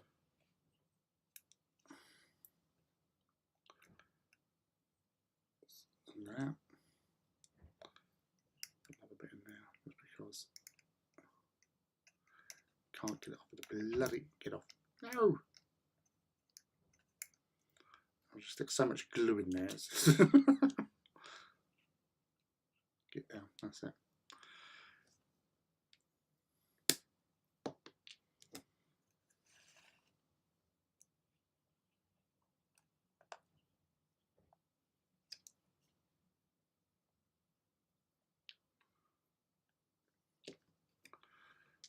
Yeah, right. I'm liking that. I'm liking that very muchly indeed. Right. Oh, not that over. Alright, so how long are we going so far? Right. Everything's good. Everything's fine and dandy.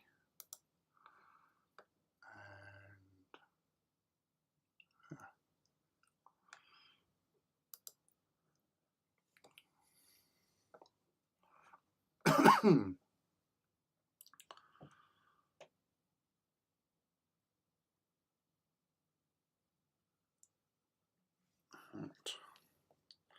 and from that part, we start to get a little bit messier, he says. So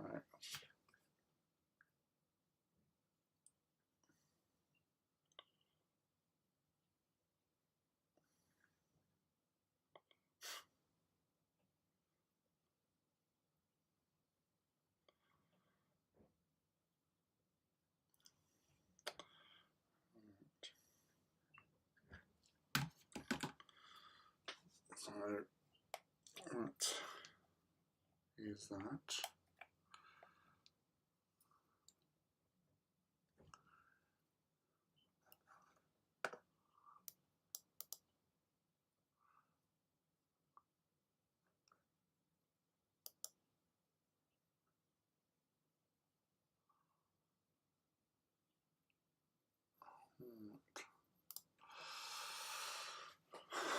Right, where's me? Keep saying right a lot. Right. Go bugger! I've done a John. Oh, I'll just run it over as well. Not good. Right, let's do some tidying up, because tidy workspace is a happy workspace, or something to that effect. I've heard in passing somewhere, sometime. But yeah, just can't be dealing with all the clutter.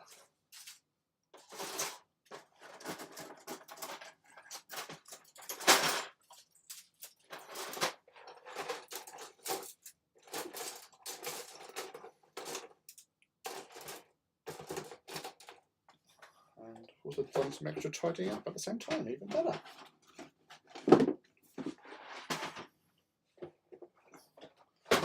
All good in the hood.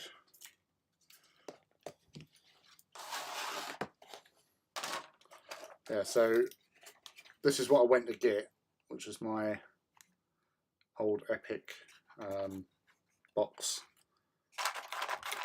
of stuff.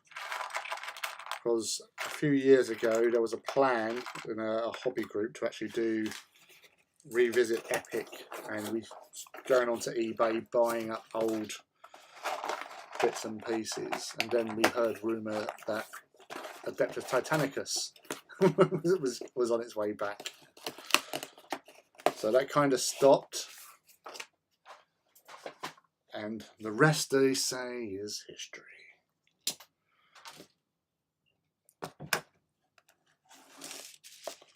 Right. So now we move on to doing some sanding. So if you haven't seen it before, that's my sandbox. So we've got different types of hobby grains of sand, like GW sand. There's hobby Hornby type gravel.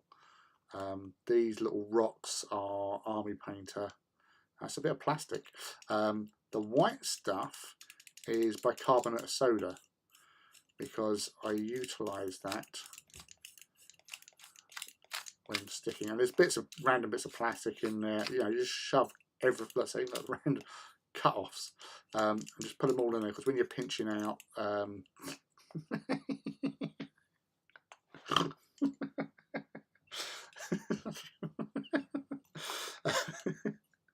sorry.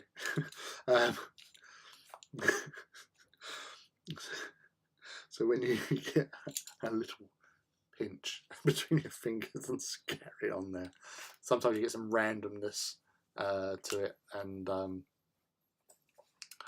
yeah, that's pretty much it. So, alright, what am I doing? I'm still thinking. Alright, so position is set with these bits here, so we know where the feet, the front and the rear foot will be standing. So when we're putting super glue onto here, we know where to avoid. So I always keep a bit of expanse around this. So to demonstrate, we'll start over here.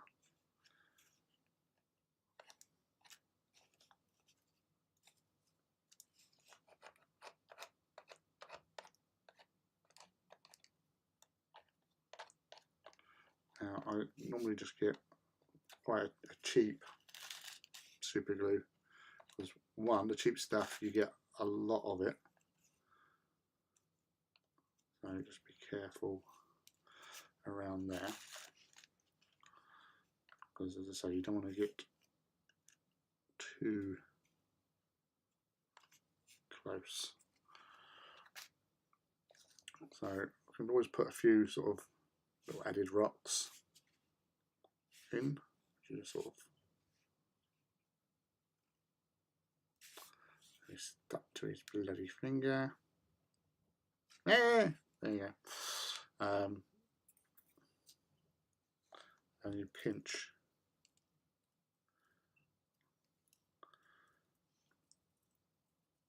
I feel like that guy from the meme, you know. Because I've got a bit of super glue on my finger, I got that little bit.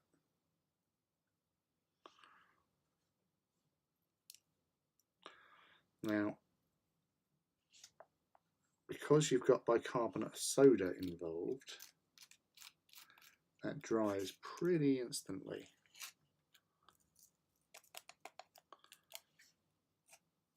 And it gives you a nice bit of texture.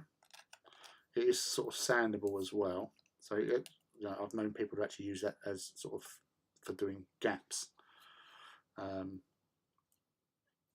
stuff. Now, just holding that in place. This is danger territory.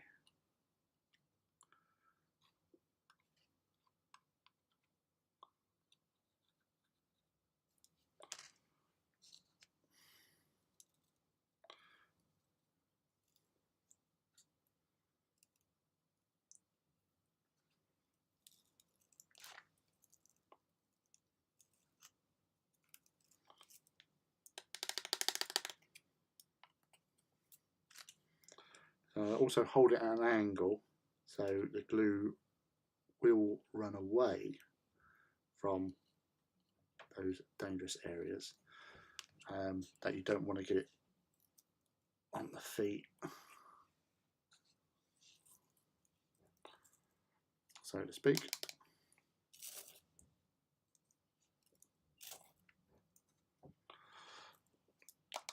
And a good thing with using like this sort of method as well, you can layer it up as well, so you can build up like ridges a little bit, or you can go just like go thin.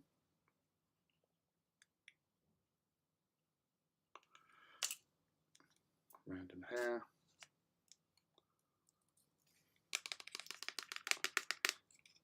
So again, that gives that extra strength, rigidity, and support.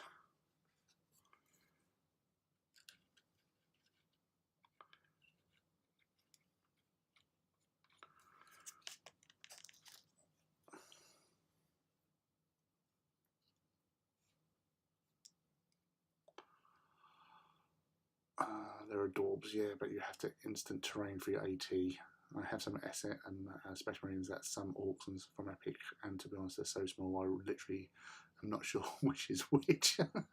Pinching, yeah.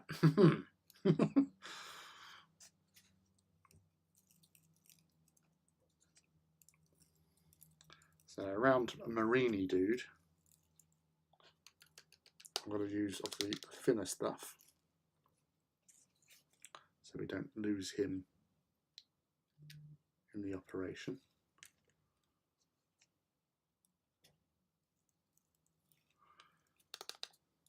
So we'll just be quite.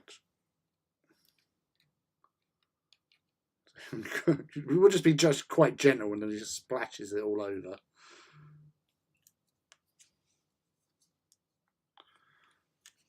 Trying to get a little bit of a run.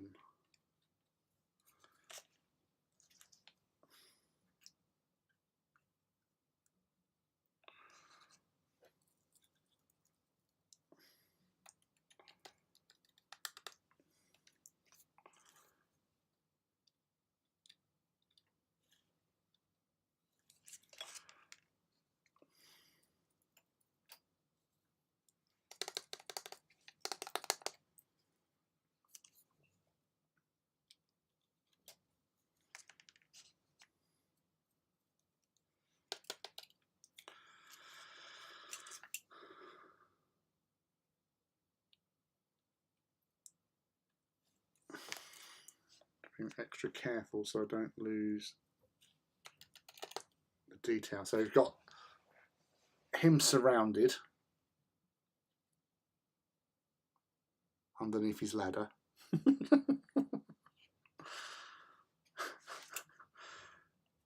Ladder fatality.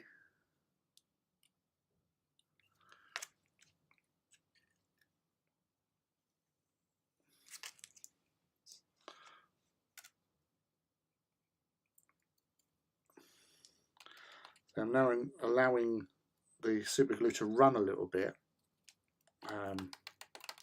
so it helps fill the gaps on this bit.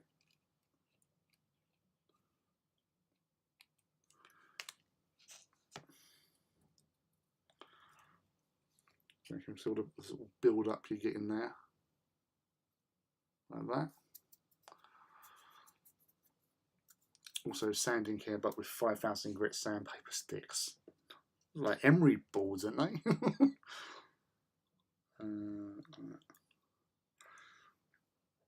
So I'm just going to take him off for a sec.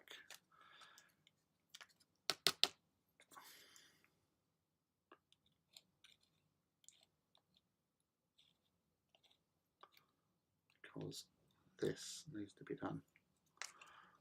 So it's a thin line along there.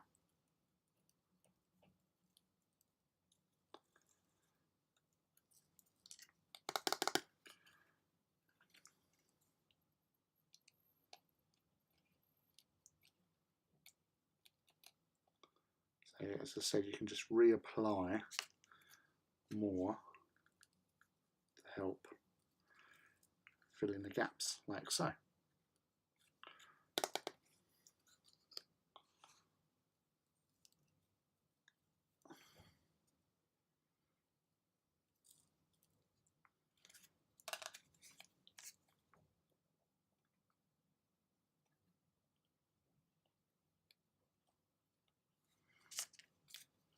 Let gravity be your friend.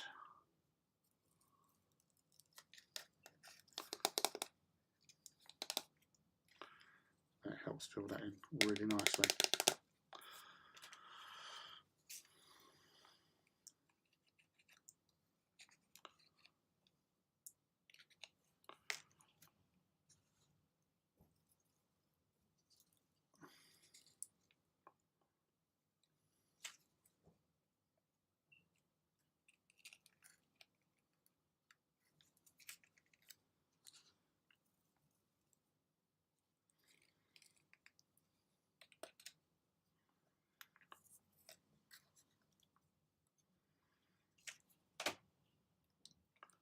Well, it's a bit windy, it's a bit windy.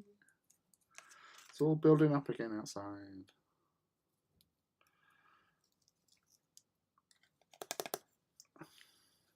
But yeah, having some of it actually just like on the sides here as well.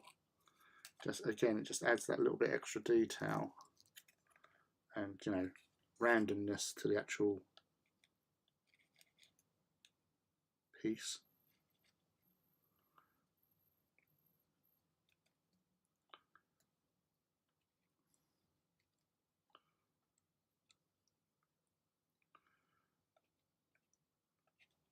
And try and keep it away from the edges.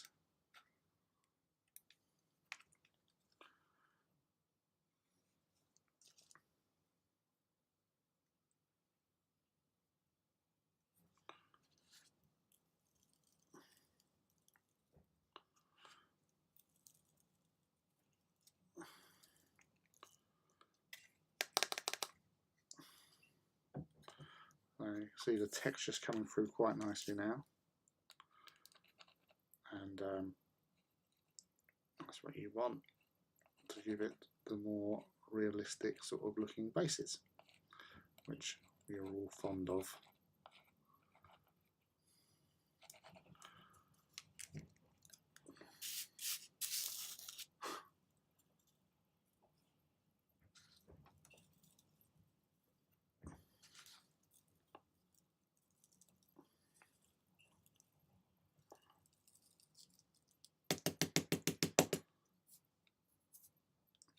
Also, any like loose bits you got like here will actually help lock them in as well. So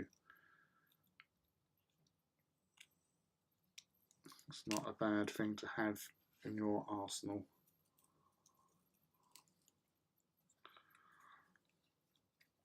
It doesn't matter, as I said, if you go over a couple of times, it just all adds to the overall effect that you're looking for.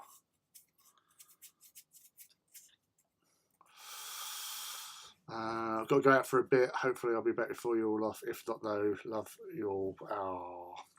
Okay, mouse. This would be about it. Some Gravity would be a friend. Yeah, thank you again for killing bots. It's been light on the bot killing tonight. It was maybe next time. But take care, mouse, and we'll hopefully see you a bit later. See what time. It's only 10 o'clock. Another like 3 hours. I don't know if we'll get that long. But yeah, I'm pretty chuffed. I'd say I'm really happy with that base. Right, so again, always check where your foot is going.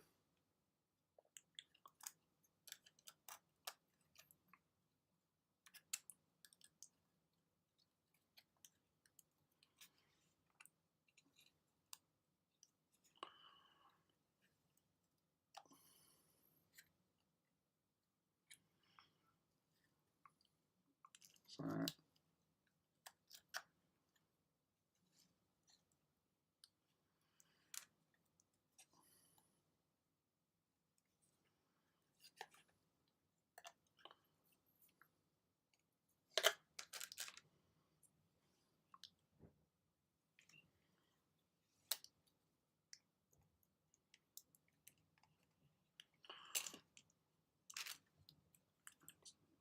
double check.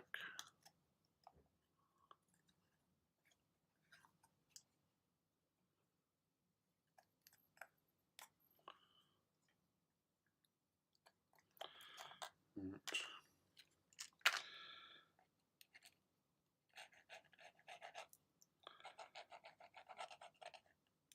Get them out. Again,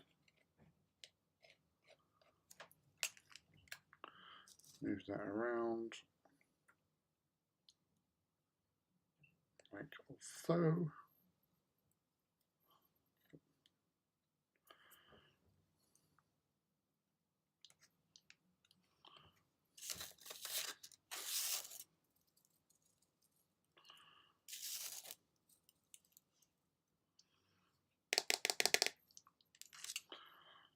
Again, just rinse and repeat at times.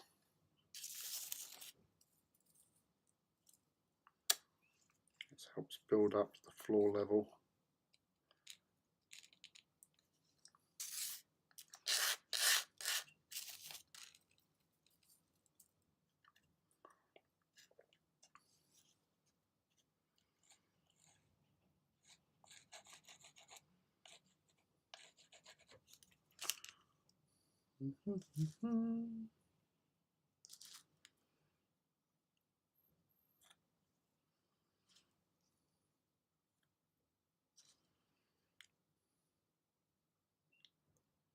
I've got a bit too many.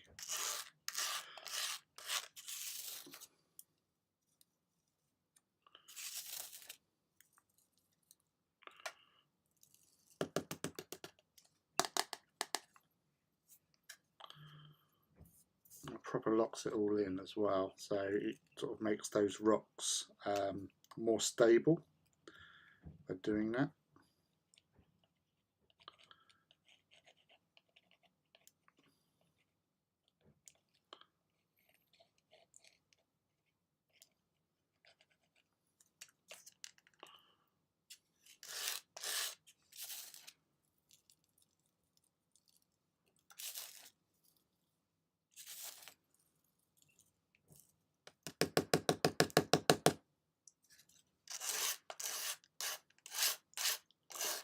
That's why I use these A4 bits of card.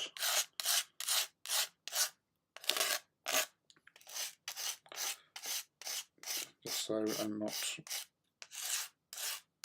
losing all this stuff everywhere and can continue using it.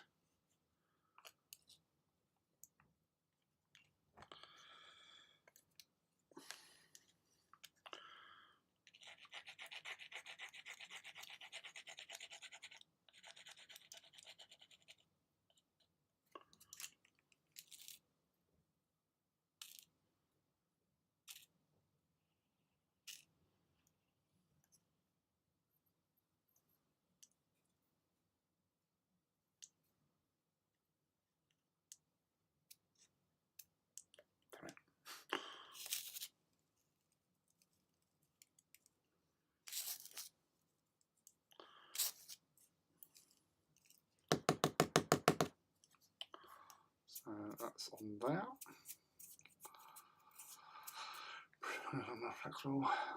Just finished all the ivory on the carapace. Nice one, Luke. Just realised trade book for the wing carapace armour has a different design on the 28mm. In AT, there are 3 different plates for the Warby. Yeah, it's the blank Imperial and the trade designs. Yeah.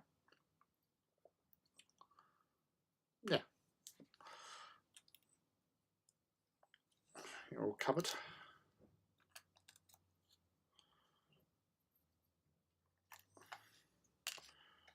You can just come across here, like so.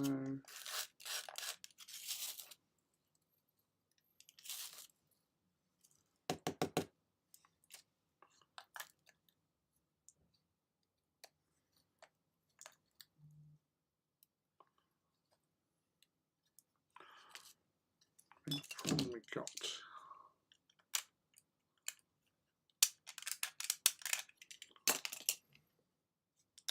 Oh.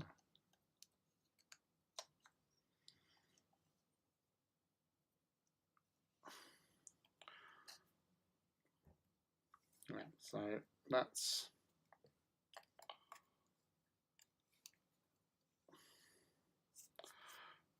how it's standing. So that's looking pretty okay, I think. It's not too bad. And then obviously because I've been using, oh yeah, I've done that. Yeah.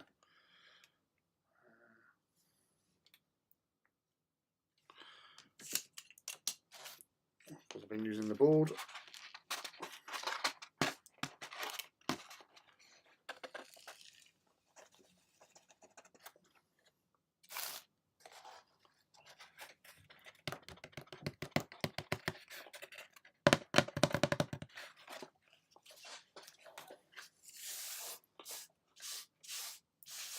So there's another Detrius on the mat. Still goes into the box, doesn't matter. It's all reusable. It's all basing material. We are all basing material. And that's that taken care of. So yeah, so legs sorted, positioned, base is done.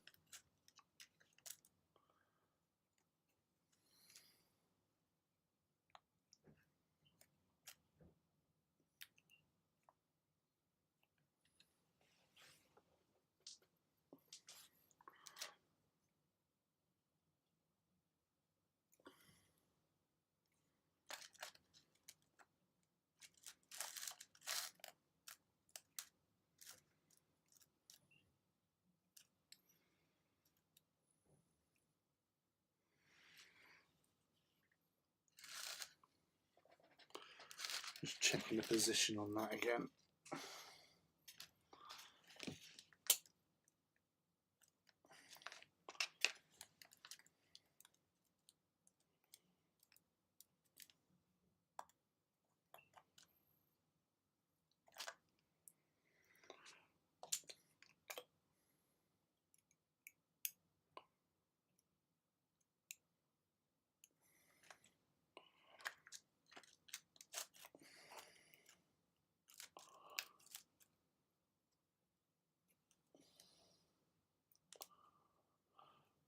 Okay, we'll just leave that to stand in its glory there. Put the lid back on super glue because we don't need that anymore. And there we go up on stairs.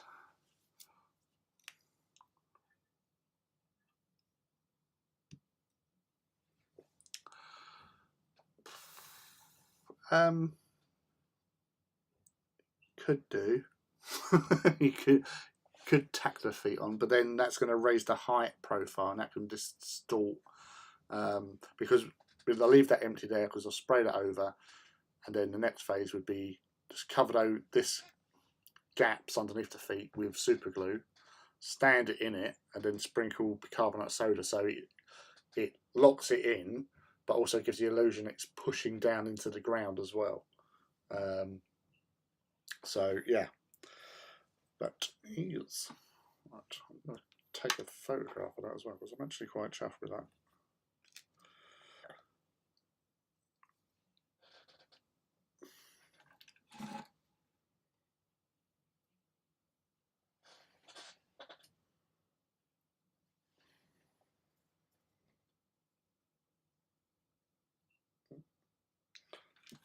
That's all right.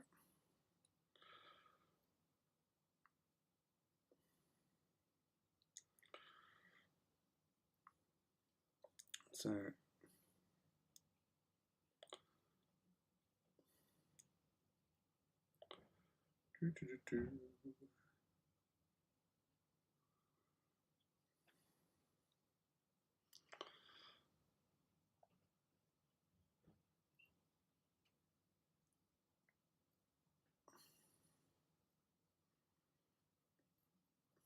just trying to answer.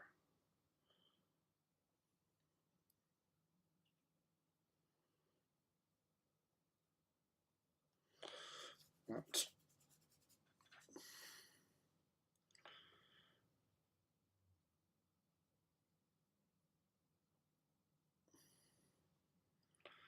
And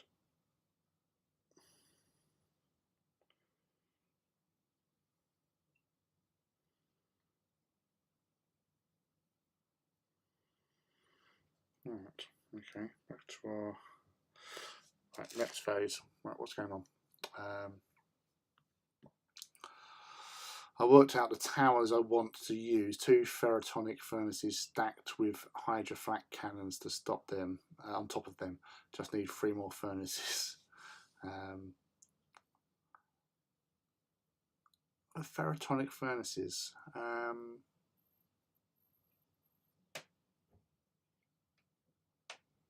Don't know. I might have some. He thinks. Oh, Titans for the walk. I'm going to be bringing down my Axiom, basically, which is the 2 Warhounds, Iracundus and Vindicta Templi, the Warlord. So what I used at the last walk and the walk before. I would like one day perhaps get hold of another Reaver to fill out the mana pool, basically. That's, you know, Warbringers. I'm yes, if the opportunity was there and I had the ability to, I'll have that as well, or have that in. I don't know now. Let's bug a minute. I could.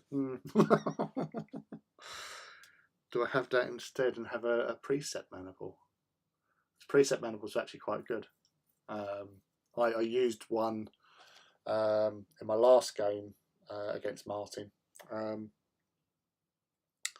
and yeah, it wasn't too bad. Axiom's good for lots of the, you know, you don't lose orders, but then if you're giving everyone the same order, you're on like first fire order or whatever, they all get 2+, otherwise it's normal. So unless you're very unlucky, but that's the thing with them. You just got to be careful. Right, need to reload on the beer.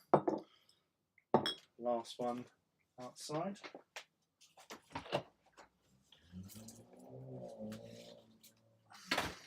Just think it's still cold out there.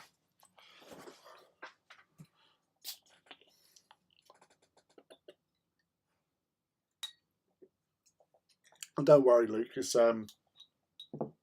there's a simplified version we sort of play anyway, just to keep things moving, because when you've got so many Titans on the deck, it can take time, unfortunately.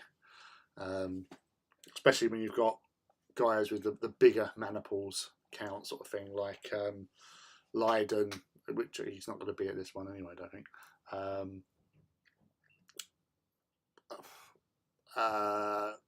Martin, because he's got lots of Titans. Simon Winter as well. Rob's got, you know, a nice size. It's a full mana pool now, haven't you? Yes. Yeah. Funny you should say that, Reaver, because somebody is going to be playing Exterminus at the walk, because they have the components to make an Exterminus. So yeah, there'll be Exterminus on the field of battle.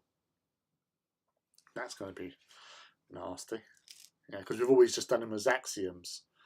Because when somebody was asking about it in the chat group for the walk, somebody asked about the ability of doing that, and it was said, yeah, if you've got the Titans to make up the mana pool, then go for it. And then I was thought, ooh, maybe then I could do this mana pool like a Ferox, or I could do a Venator Light, and then have a Warlord as a support. But I don't know. I've done all right as an axiom so far. Right, and Exterminus is well, Exterminus is 3 Warlords is the minimum for Exterminus, and then you have an optional 4th Warlord or Warbringer.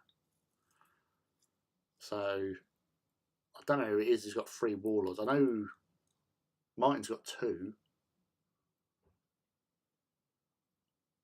And it's not him. Rob, do you know who was it who said about the Exterminus? I think it was it John? But yeah, Exterminus is nasty if you've got Warlords, because you can push your reactor and get added damage. So you can be doing like, if you've got volcano cannons, you could be doing strength 14 shots from a volcano cannon. So you put your reactor up 2, I believe. So, and then you've also got to roll the reactor. So you could, in theory, go from green to red in one bad roll, or 2 bad rolls if you've got 2 volcano cannons. Yeah. So, but strength 14, as long as you don't roll a 1. You know, you're doing at least a minimum devastating hit, 1 or 2 devastating hits. You get direct hit to a location, on, if not crits, on certain times, like a Warhound, you'll be doing a crit on a 15, I think. But again, it depends on what location. Must be John. He's nuts. He has 3 Titans of all classes. There you go. Yeah, so that's another person who's got Titans galore coming out their ears. Yes. I must find myself a sugar daddy, and I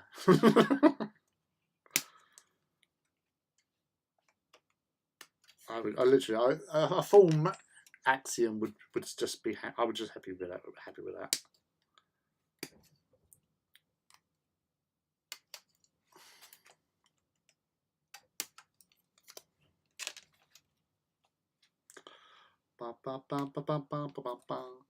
Anyway, how are you, Reaver? You alright, dude?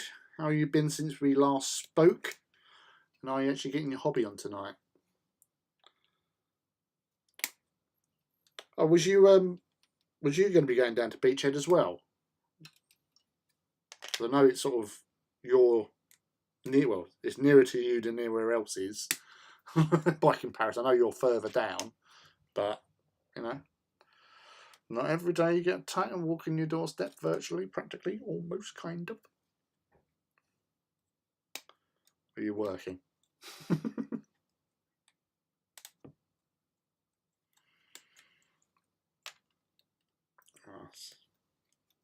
Honestly, I can't even remember the last time I saw you, mate. Probably one of the weekenders. And that was like 3 years ago today. Anniversary. 3 years ago today was the last ever Horus Heresy weekender. How bonkers is that? It's unbelievable. Whoop, whoop, whoop, whoop, whoop. Sure.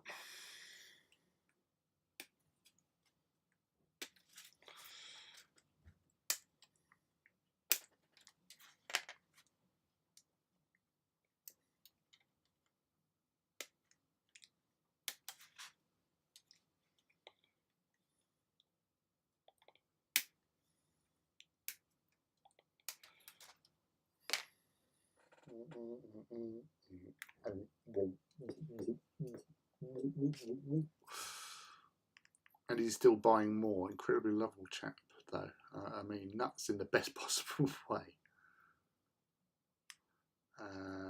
Would that then make taking a Warby with volcano cannons worth it? Well, that's the thing. If you're going volcano cannons, and it's a lot because you're doing two, you up your reactor by 2 to activate the Exterminus special, which is the increased strength.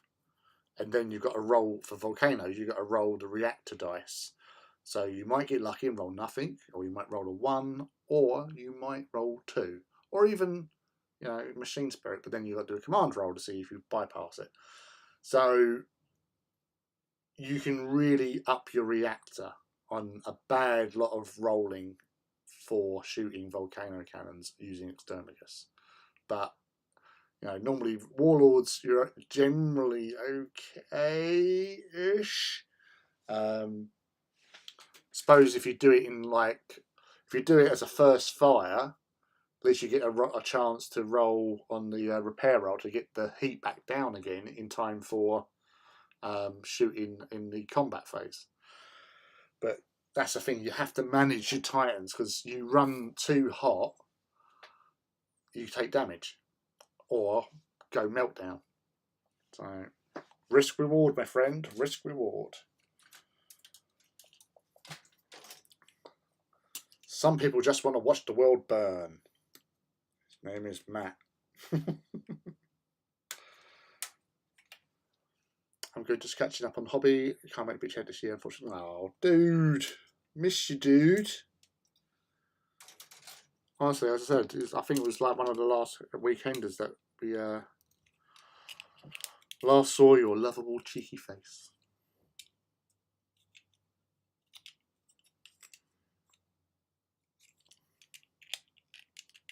So it might even have been 2018. I know 2017 you was definitely there, because that was the infamous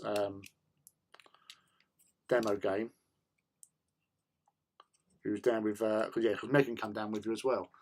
But I can't remember if it was that one or the year after he was there as well. I can't remember. So long ago. It's bonkers. It's like, bloody hell, like the Titan Owners Club. Well, the Titan Owners Club's been going for 7 years almost. On the 8th of this month, it is the 7th anniversary.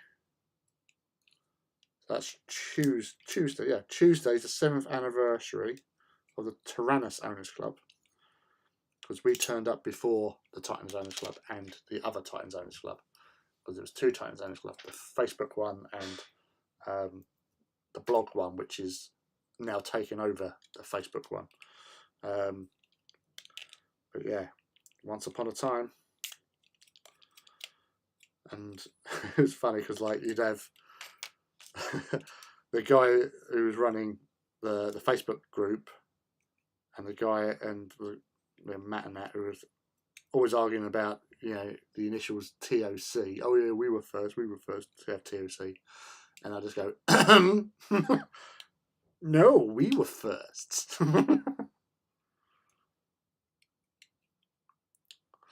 Yeah, that's 4 years, dude. 4 years.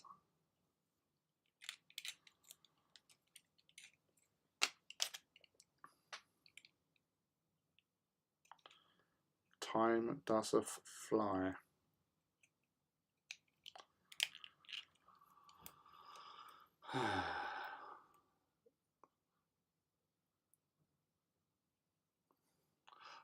It's the volcano. The volcano cannon is the biggest threat to a Warby for doing that. But not being funny, if you've got twin melters on that, you'll be doing, with the Exterminus thing, you'll be doing strength 13. So that's nasty.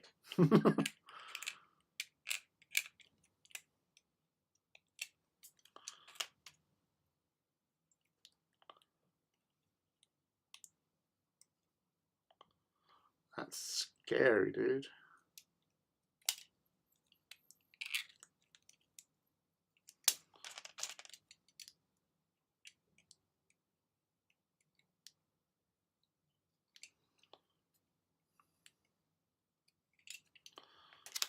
And melters are lethal.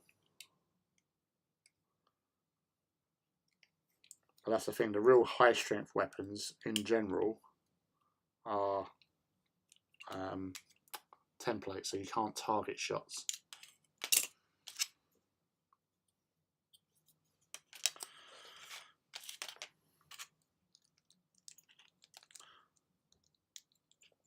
Always, always, always.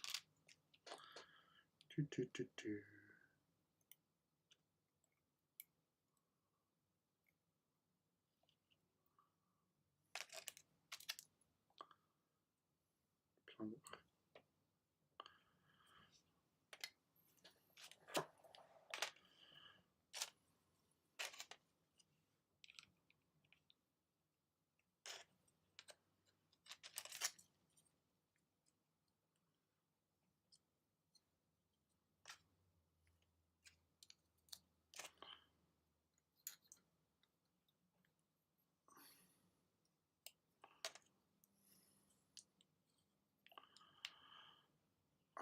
Annoyingly, I am now, in my head, I'm playing the frog chorus.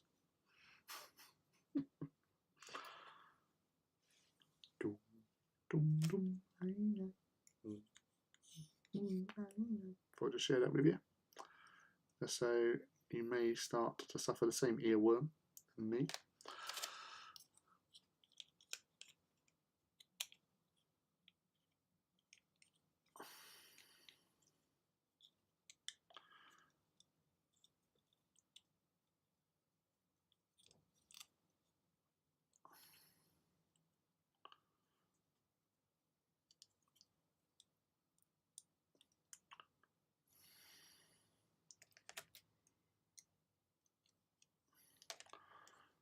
Do, do, do. Go the other side and down and around.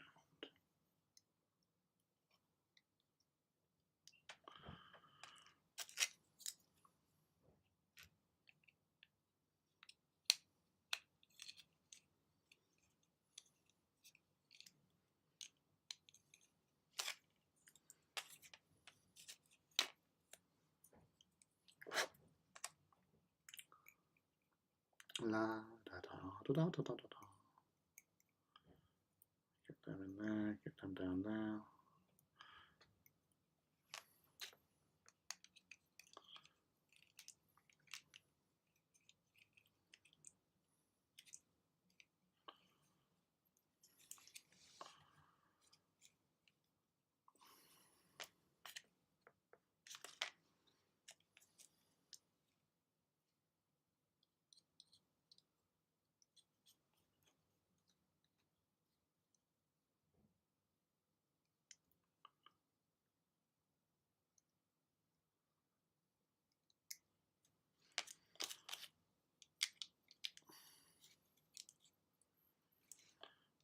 that in place.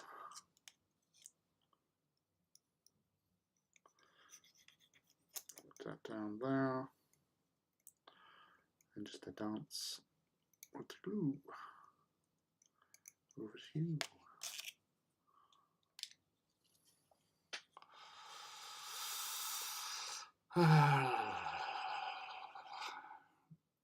I would not put melters on a Warby. Looks cool, but the melters will struggle to hit much due to short range.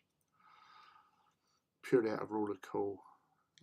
Melters plus everything was sold out.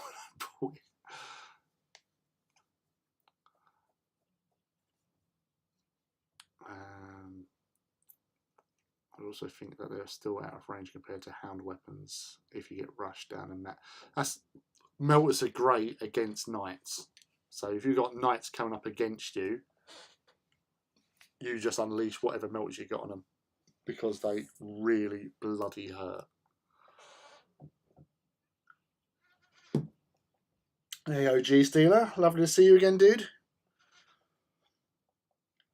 Welcome back, welcome back. How's your hobby going, dude? Not been seeing many posts on AT18 in recent weeks.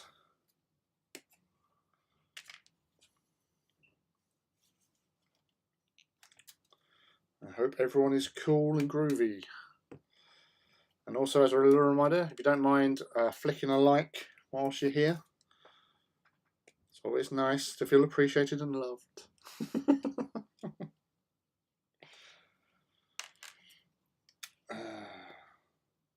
Yeah, so what are you working on, G Stealer? I just realised you don't know me by this alias. Well, I once provided Knight Reaver where you kicked a man off the RPG off a building. Oh! I've seen Anti-Gizmo before, so... Alright. Oh, Sniper! Yeah, I know. Yeah, alright, Mike. Sniper cover, yeah, I remember you, foxy little dude. Yeah, mate. Yeah, as oh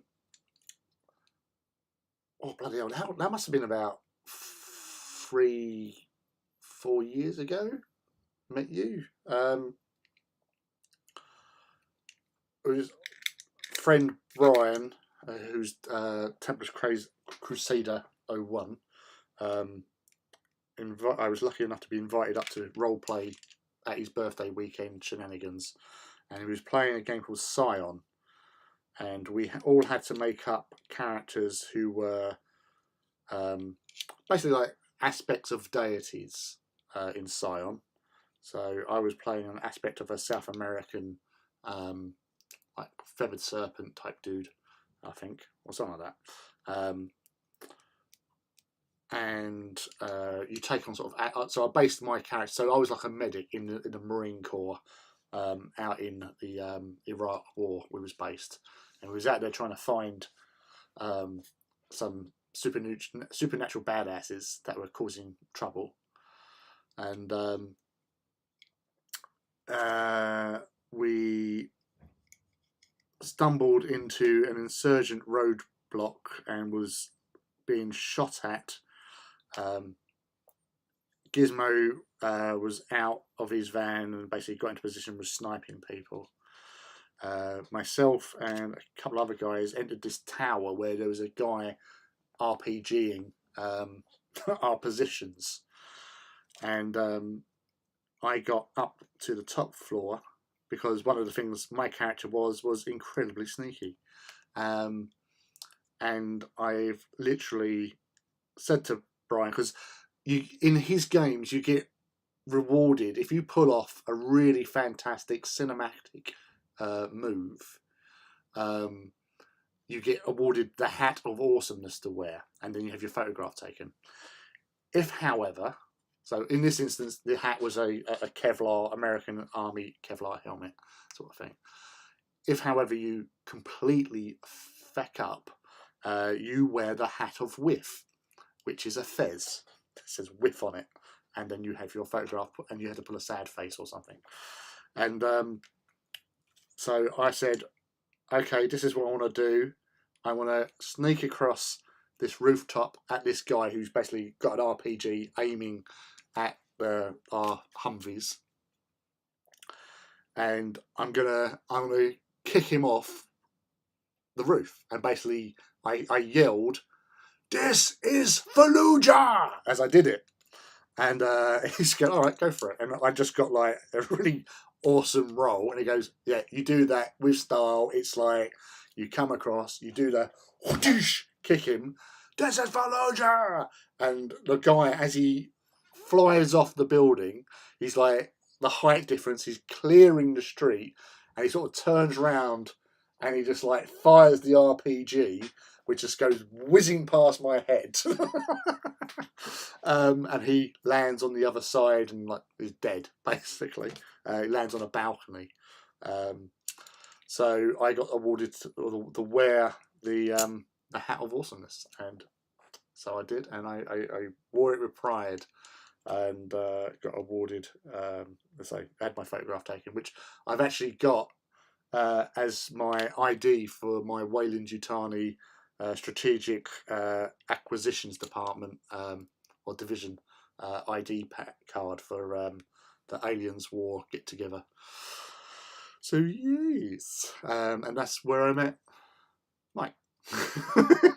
As he was blowing people away with his, what is it, Barrett Light 50 he was using, or something like that. Just like, vaporize.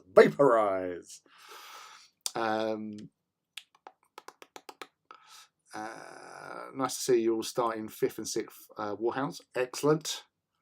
5. Yeah, it's a. I'm trying to think, because we've done 2 Star Wars games for his last 2.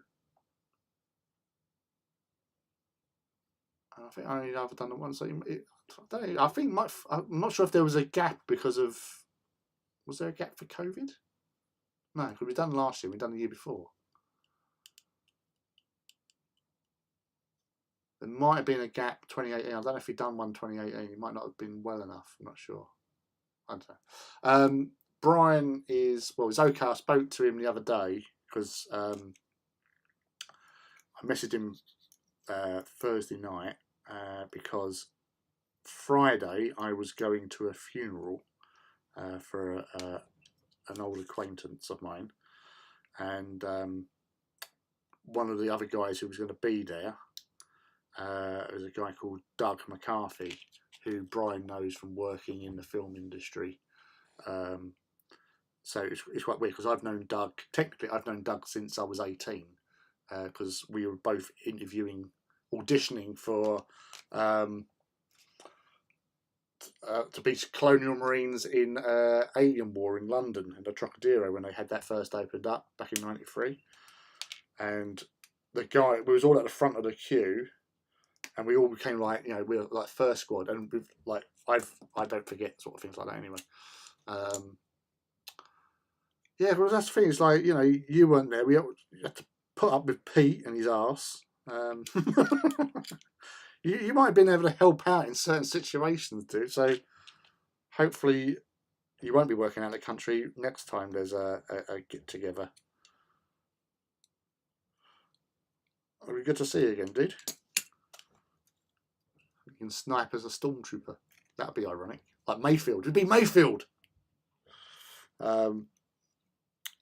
Yeah, so we've met my mate Steve, who's the one who's dead now and was buried. He was a monster of a man. He was like 6'4". Sort of when I met him, he looked like a Marine, and he got the job offered straight away. He walked straight into the auditorium, and the guy went, "We need him," and straight away before he actually done his audition piece, because he just looks full on badass.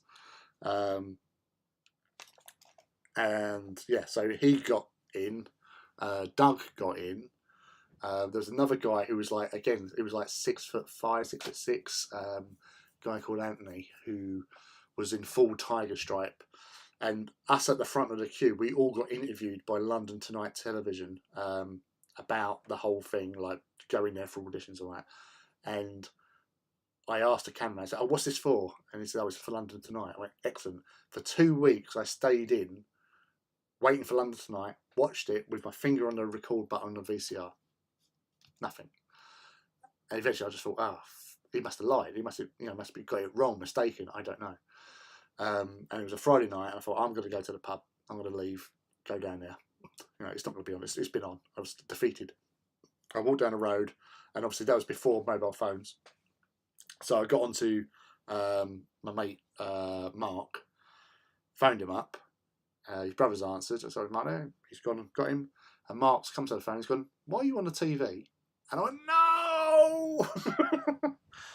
So I've not ever seen the footage. I have searched for it high and low. It is out there, but I don't know where. Like even on YouTube, I found because somebody posted up a video. There's this guy on Twitter who goes around remembering old attractions and fair rides and like doing like little historical deep dives about them. And he was doing Alien War, and there was one clip in there where they show Anthony, and it was definitely from that because it was the only thing he got, seen. And so I messaged this guy on Twitter. I said, "Oh, have you still got the footage?" He said, "Oh, I just got it from somewhere else." Like he posted the links, but one of them didn't come up anything alien, so obviously it'd been changed or whatever, or the thing had been deleted. And it was probably that one that had the London Tonight footage, because you would have seen me on there. That's what I wanted to do. I wanted to see 18-year-old me just talking complete bollocks about being a space marine, or a colonial marine in this instance. Maybe one day. Apparently somebody in the group has got a copy of it, but again, have they, and is it still intact? Is it still watchable? And you need to get transferred onto digital now, don't you? So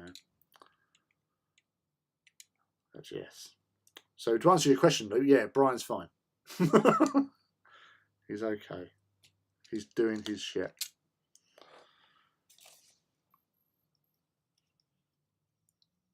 Gosh.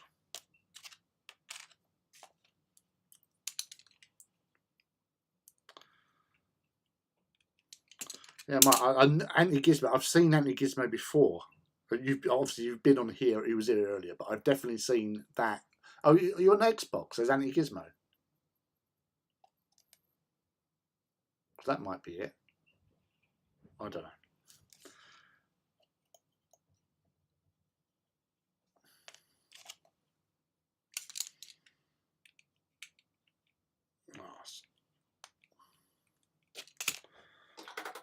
Turn that bloody hell, it's very warm in here.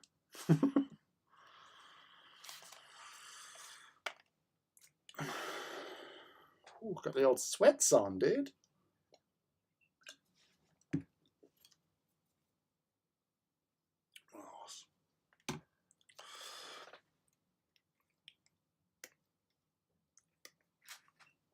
So what are you doing tonight anyway, Mike? You just chilling out and just you actually hobbying? What are you doing?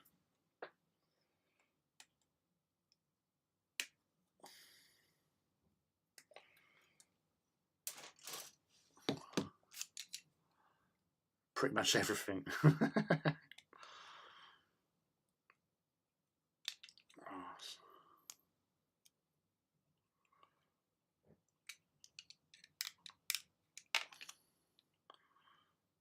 So it's the same with me. I was pretty much the same tag on like everything, and then obviously when I started doing all this shenanigans, I thought it'd be better just to change, like, profiles all over to Forge of Mars, because I was going on to streams and people were going, "Who are you?" And I go, "It's Forge of Mars."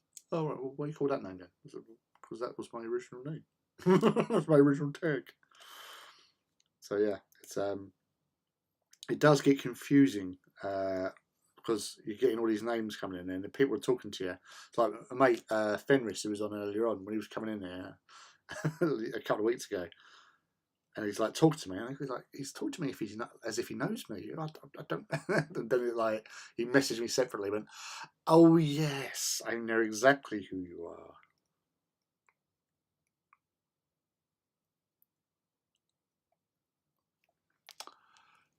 Gundam kits. Ah, yes. Love a bit of Gundam. I keep on. I think I spoke to you before about Gundams on Facebook about stuff. About the different sorts of types, like the 1/100 ones, and those ones that you get with the really sick, super detailed, so really expensive ones. But I still haven't got round. Obviously, been too busy with these bastards.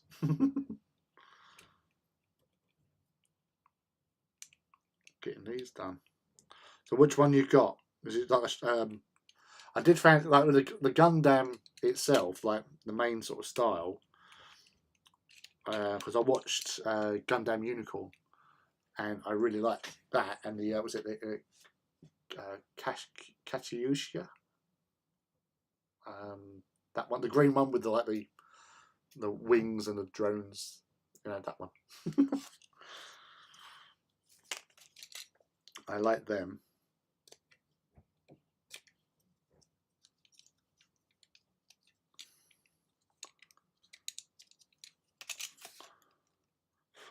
I was just going through what sort of Gundam stuff they had on Netflix at the time when I had Netflix. I don't have Netflix at the moment. I cancelled it. Whereas most of the stuff that I want to watch has been on Amazon.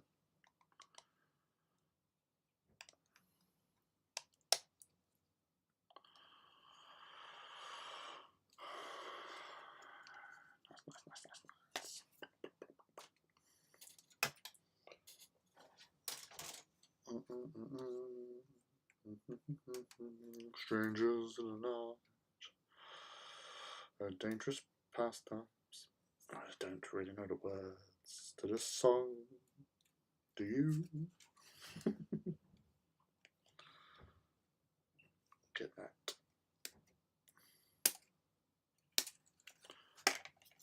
So these things, the amount of times I've stuck them on the wrong way, I've lost count.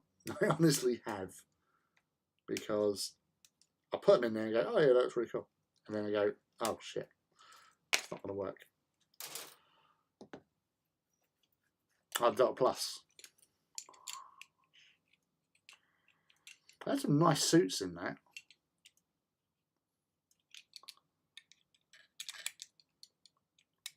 Was that the red one that the big bad was going around in?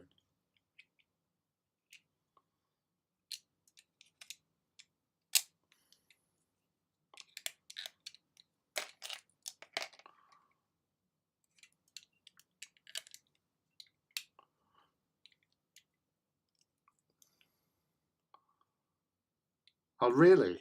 Oh bloody hell! Because I think I watched Unicorn. I think it was 2020. I watched that, and then sort of like I think at the time as well. I think a few of my friends were actually getting into doing Gundam as well, just like just a little venture, dipping the toe in, so to speak. Because the kits are fairly awesome, and they're all sort of colour coded, and you just got to put all the decals on, or fine pen to do all the between the plates and stuff. I would say the whole Gundam industry is pretty bloody amazing. When you see all the stuff that they produce for it, like even like the hangar bay stuff, so you can have that little added detail.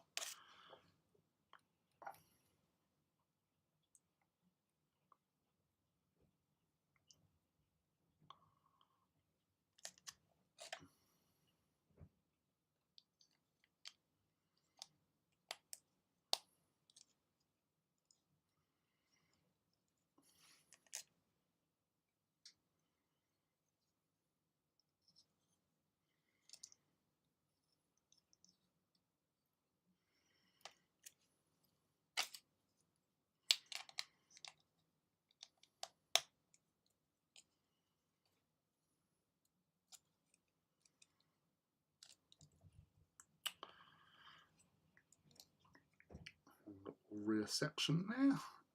Not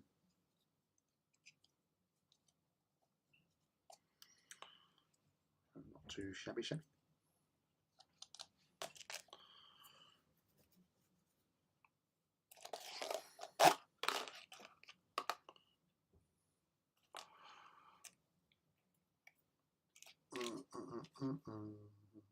Take that.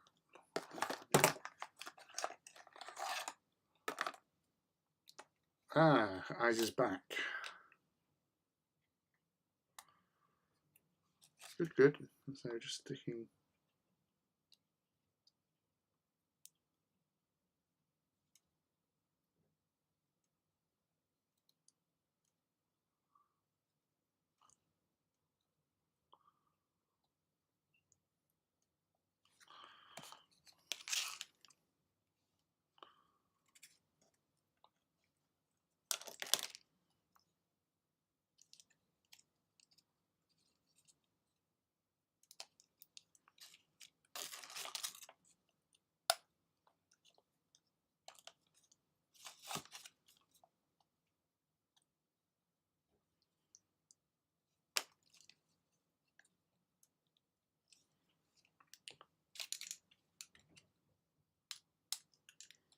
Oh, that's right, there was two of them.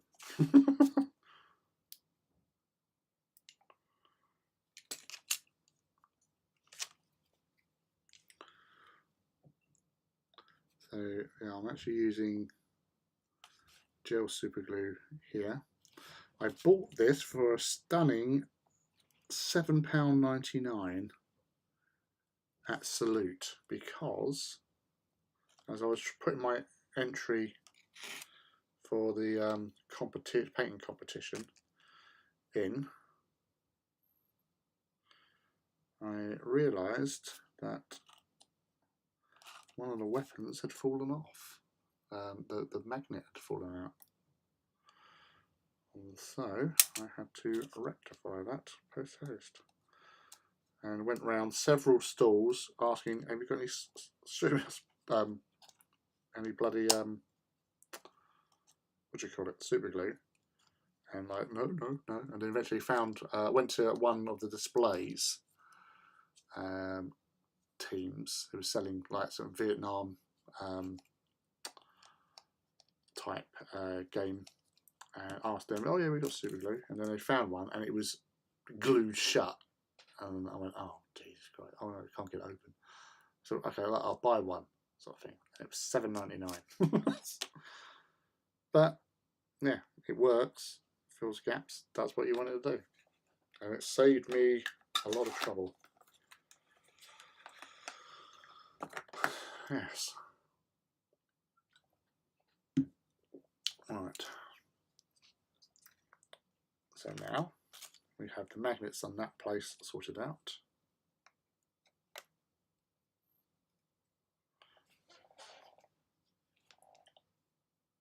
So fly down.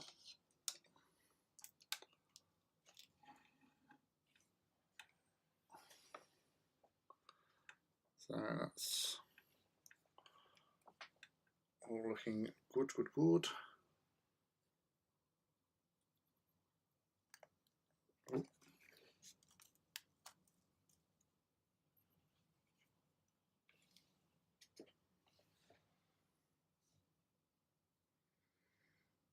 So I probably want to have that tipped forward a little bit. But that can be done nearer the time it needs to be done.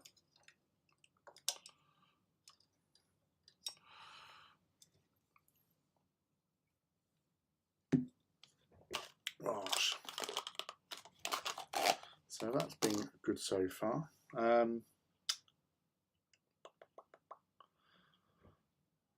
Yeah, so we're all busy little bunnies getting our Titans ready, or Gundams, all together.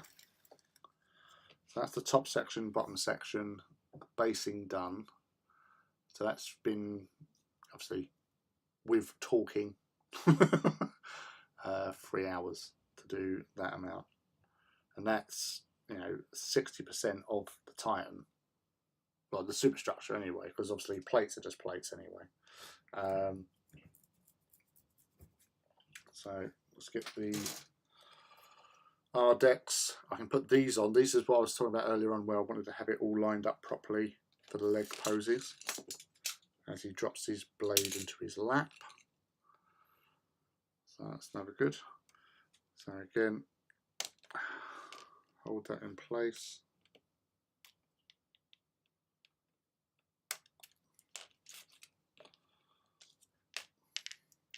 And the other week I was doing the taking the shields off the sprue, and one did go walkabouts, and I was like, oh my god, after all these years. Finally I managed to lose one, but I don't know, I found it. So it was alright in the end, but it was just like, oh my god.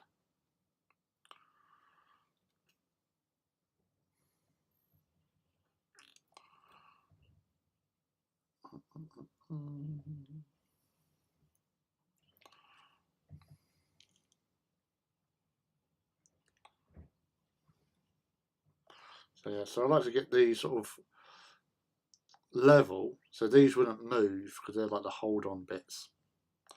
Hold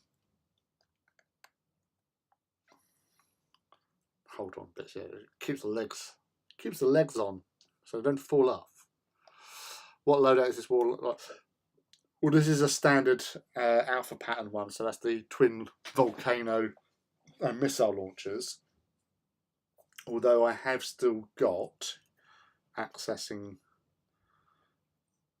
my production lists,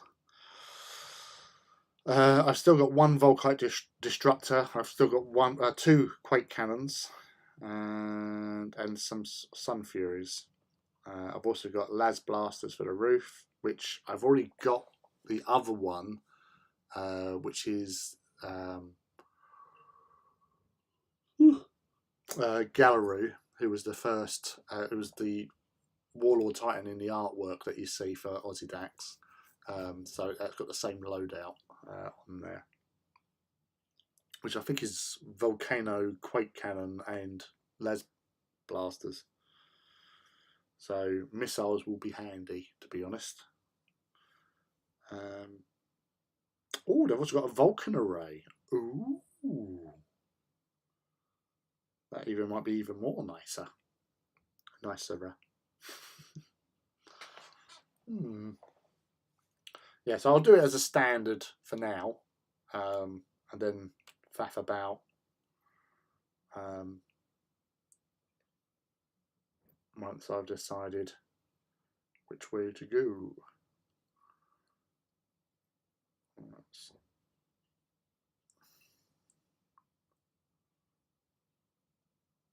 all good.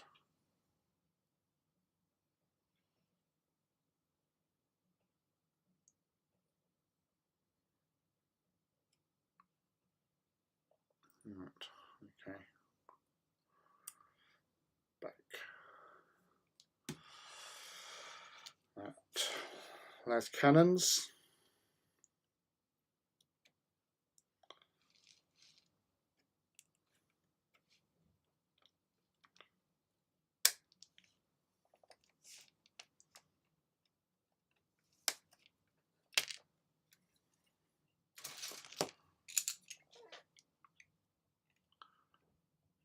Get that excess off.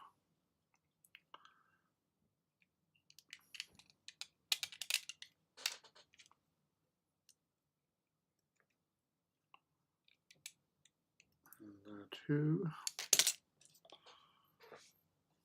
Oh, get that on the back.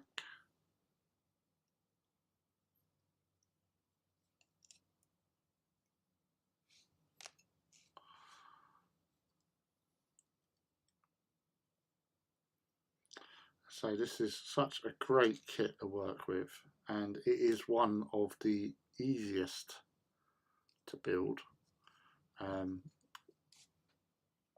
do really wish that the other Titans had mag points like they have with these. It wouldn't have been hard to actually include them, I wouldn't have thought.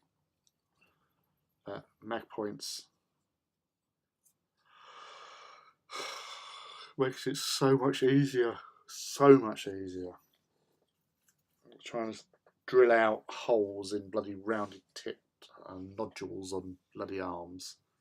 Pain in the butt. Absolute pain.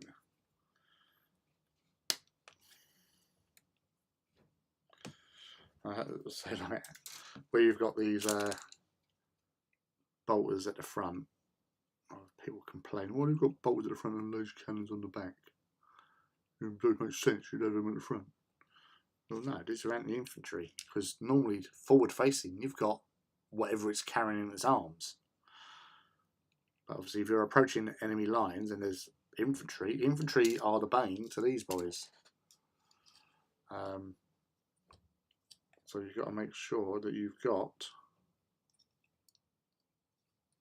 the proper armament to deal with all colours. And they're defensive in nature, not offensive. And to protect yourself from being boarded by Astartes or having your ankles chopped out by Astartes or anyone else who's big and nasty and gribbly.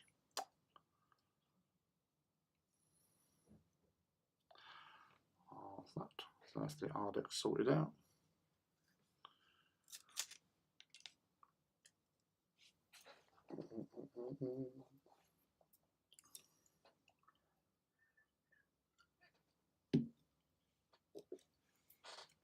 Now,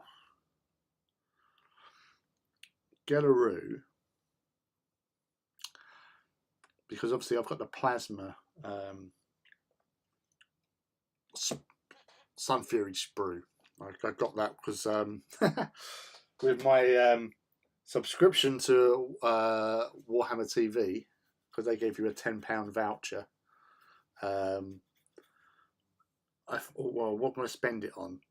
And because you had to spend it within the month, and so I stuck it onto buying the upgrade sprue for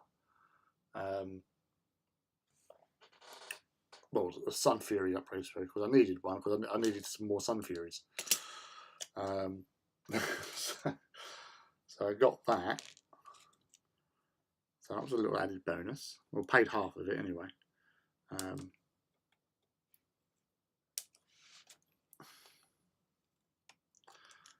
got them sorted out. So I've got Sun Fury as well to add to the fun.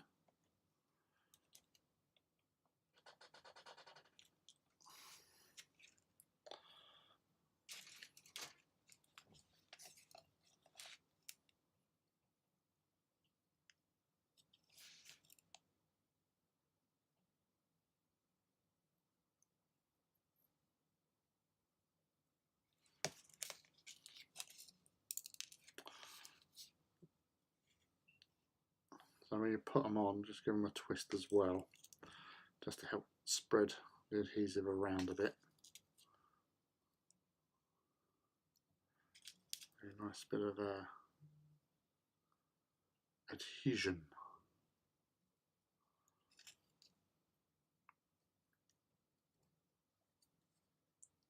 On there. There. Maneuver and twist. Just twist again, like we did last summer. So nice and flush, all in position, and nice and stuck, which you don't want to be losing these. Yeah, everything should have mag points. The War Master variants do right.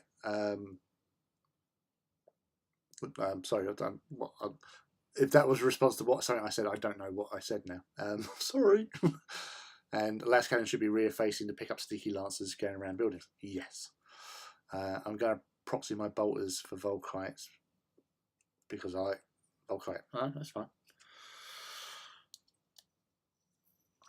Volkite is a fun little thing, but I like Mauler bolt cannons. Mauler bolt cannons are just nasty. You go around chewing up everything. Right. So that is basically done. Yeah, so the head will be kept separate, and I will do that with the other things. I'll say I want to have it slightly different, and I might try again for a skull mask on it. Because I like the idea of a skull mask.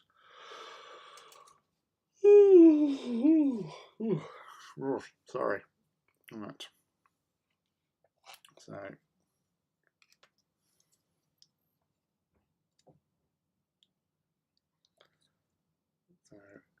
I do like to have this sort of slightly lean forward, so when I glue it in, I'll have it slightly tipped forward, edge-like.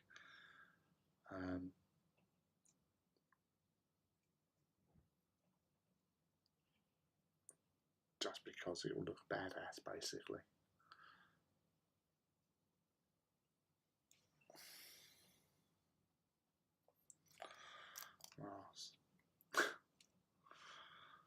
Oh, that little dude stuck under his ladder. Help, help, I'm trapped. This well-made piece of ladder from Cadia has done me. Ladia.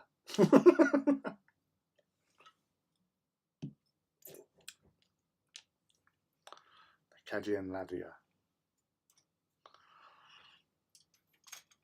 And some sort of like strategic manoeuvre that James T. Kirk probably pulled off.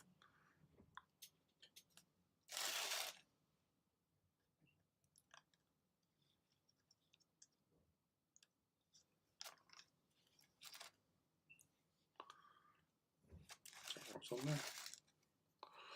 So yeah, it's looking good. I'm pretty happy with how this has turned out so far. Yeah, well, I'll be honest with you, I'm feeling tired now.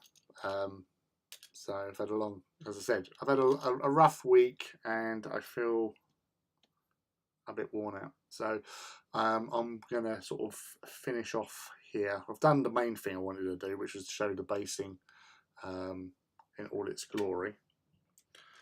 So like thus, it says.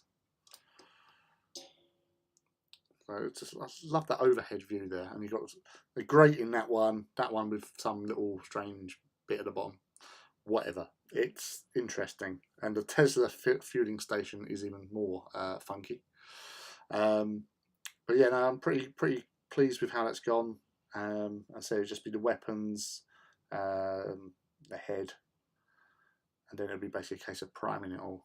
So I shall do that over the next couple of days.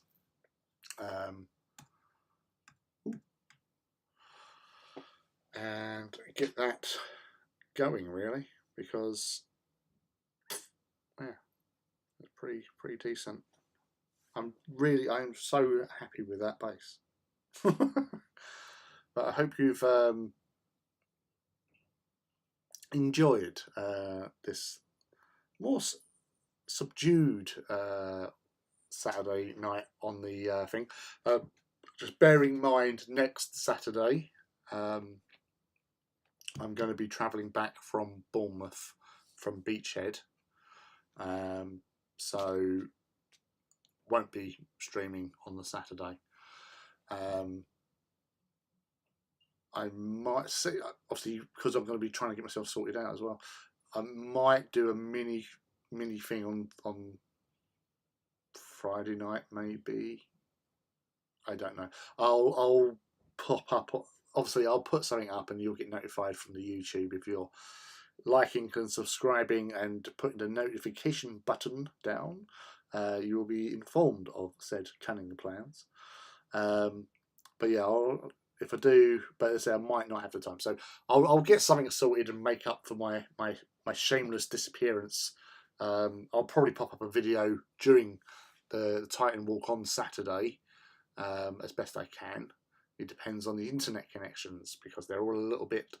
Oh, Cyprian dude, you've just turned up at the worst time, mate.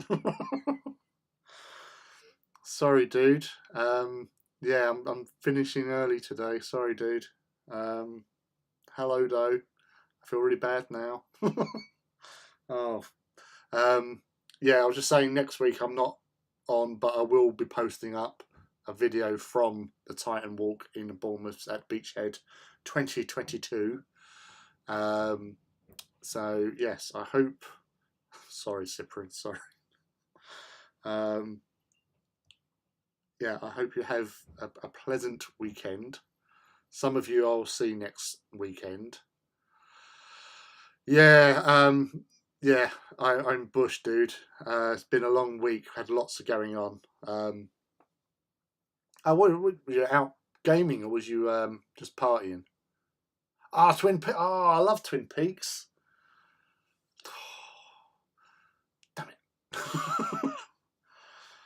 All right, okay. Like next time, Cyprian, right? We will talk Twin Peaks because Twin Peaks was awesome. And you know, there's so much craziness because I just love David Lynch's stuff. Um, yeah, all forms. He was just a bit bonkers, but he was brilliant with his craziness. But yeah, so we'll all catch up again. I'll be on Wednesday night with Artist Empire.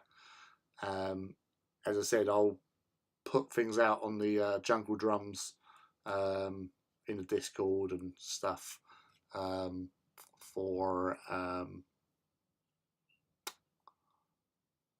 brain's gone. Yeah, so he's I can't even think straight. So that's nice. I like that. Make food and watch Twin Peaks. Yeah, that's nice. That is good. Episode 5 in the season 2. Nice. Yeah. So right. Yeah. I'm yeah. I'm babbling now. Yeah. So okay. I'll catch you all later on. Take care. Happy hobbying. Catch you later, Cyprian, Rob, Luke, Mike, Doug, and anyone else who was here. Which Mouse, where you got? Oh yeah, Mouse went out, didn't she? And anyone else lurking? Who was there? I don't know, Mike. And yeah, Reaver kill if you're still about. Take it easy, and I will speak to you again at a later date. Have fun, and thanks again. Bye.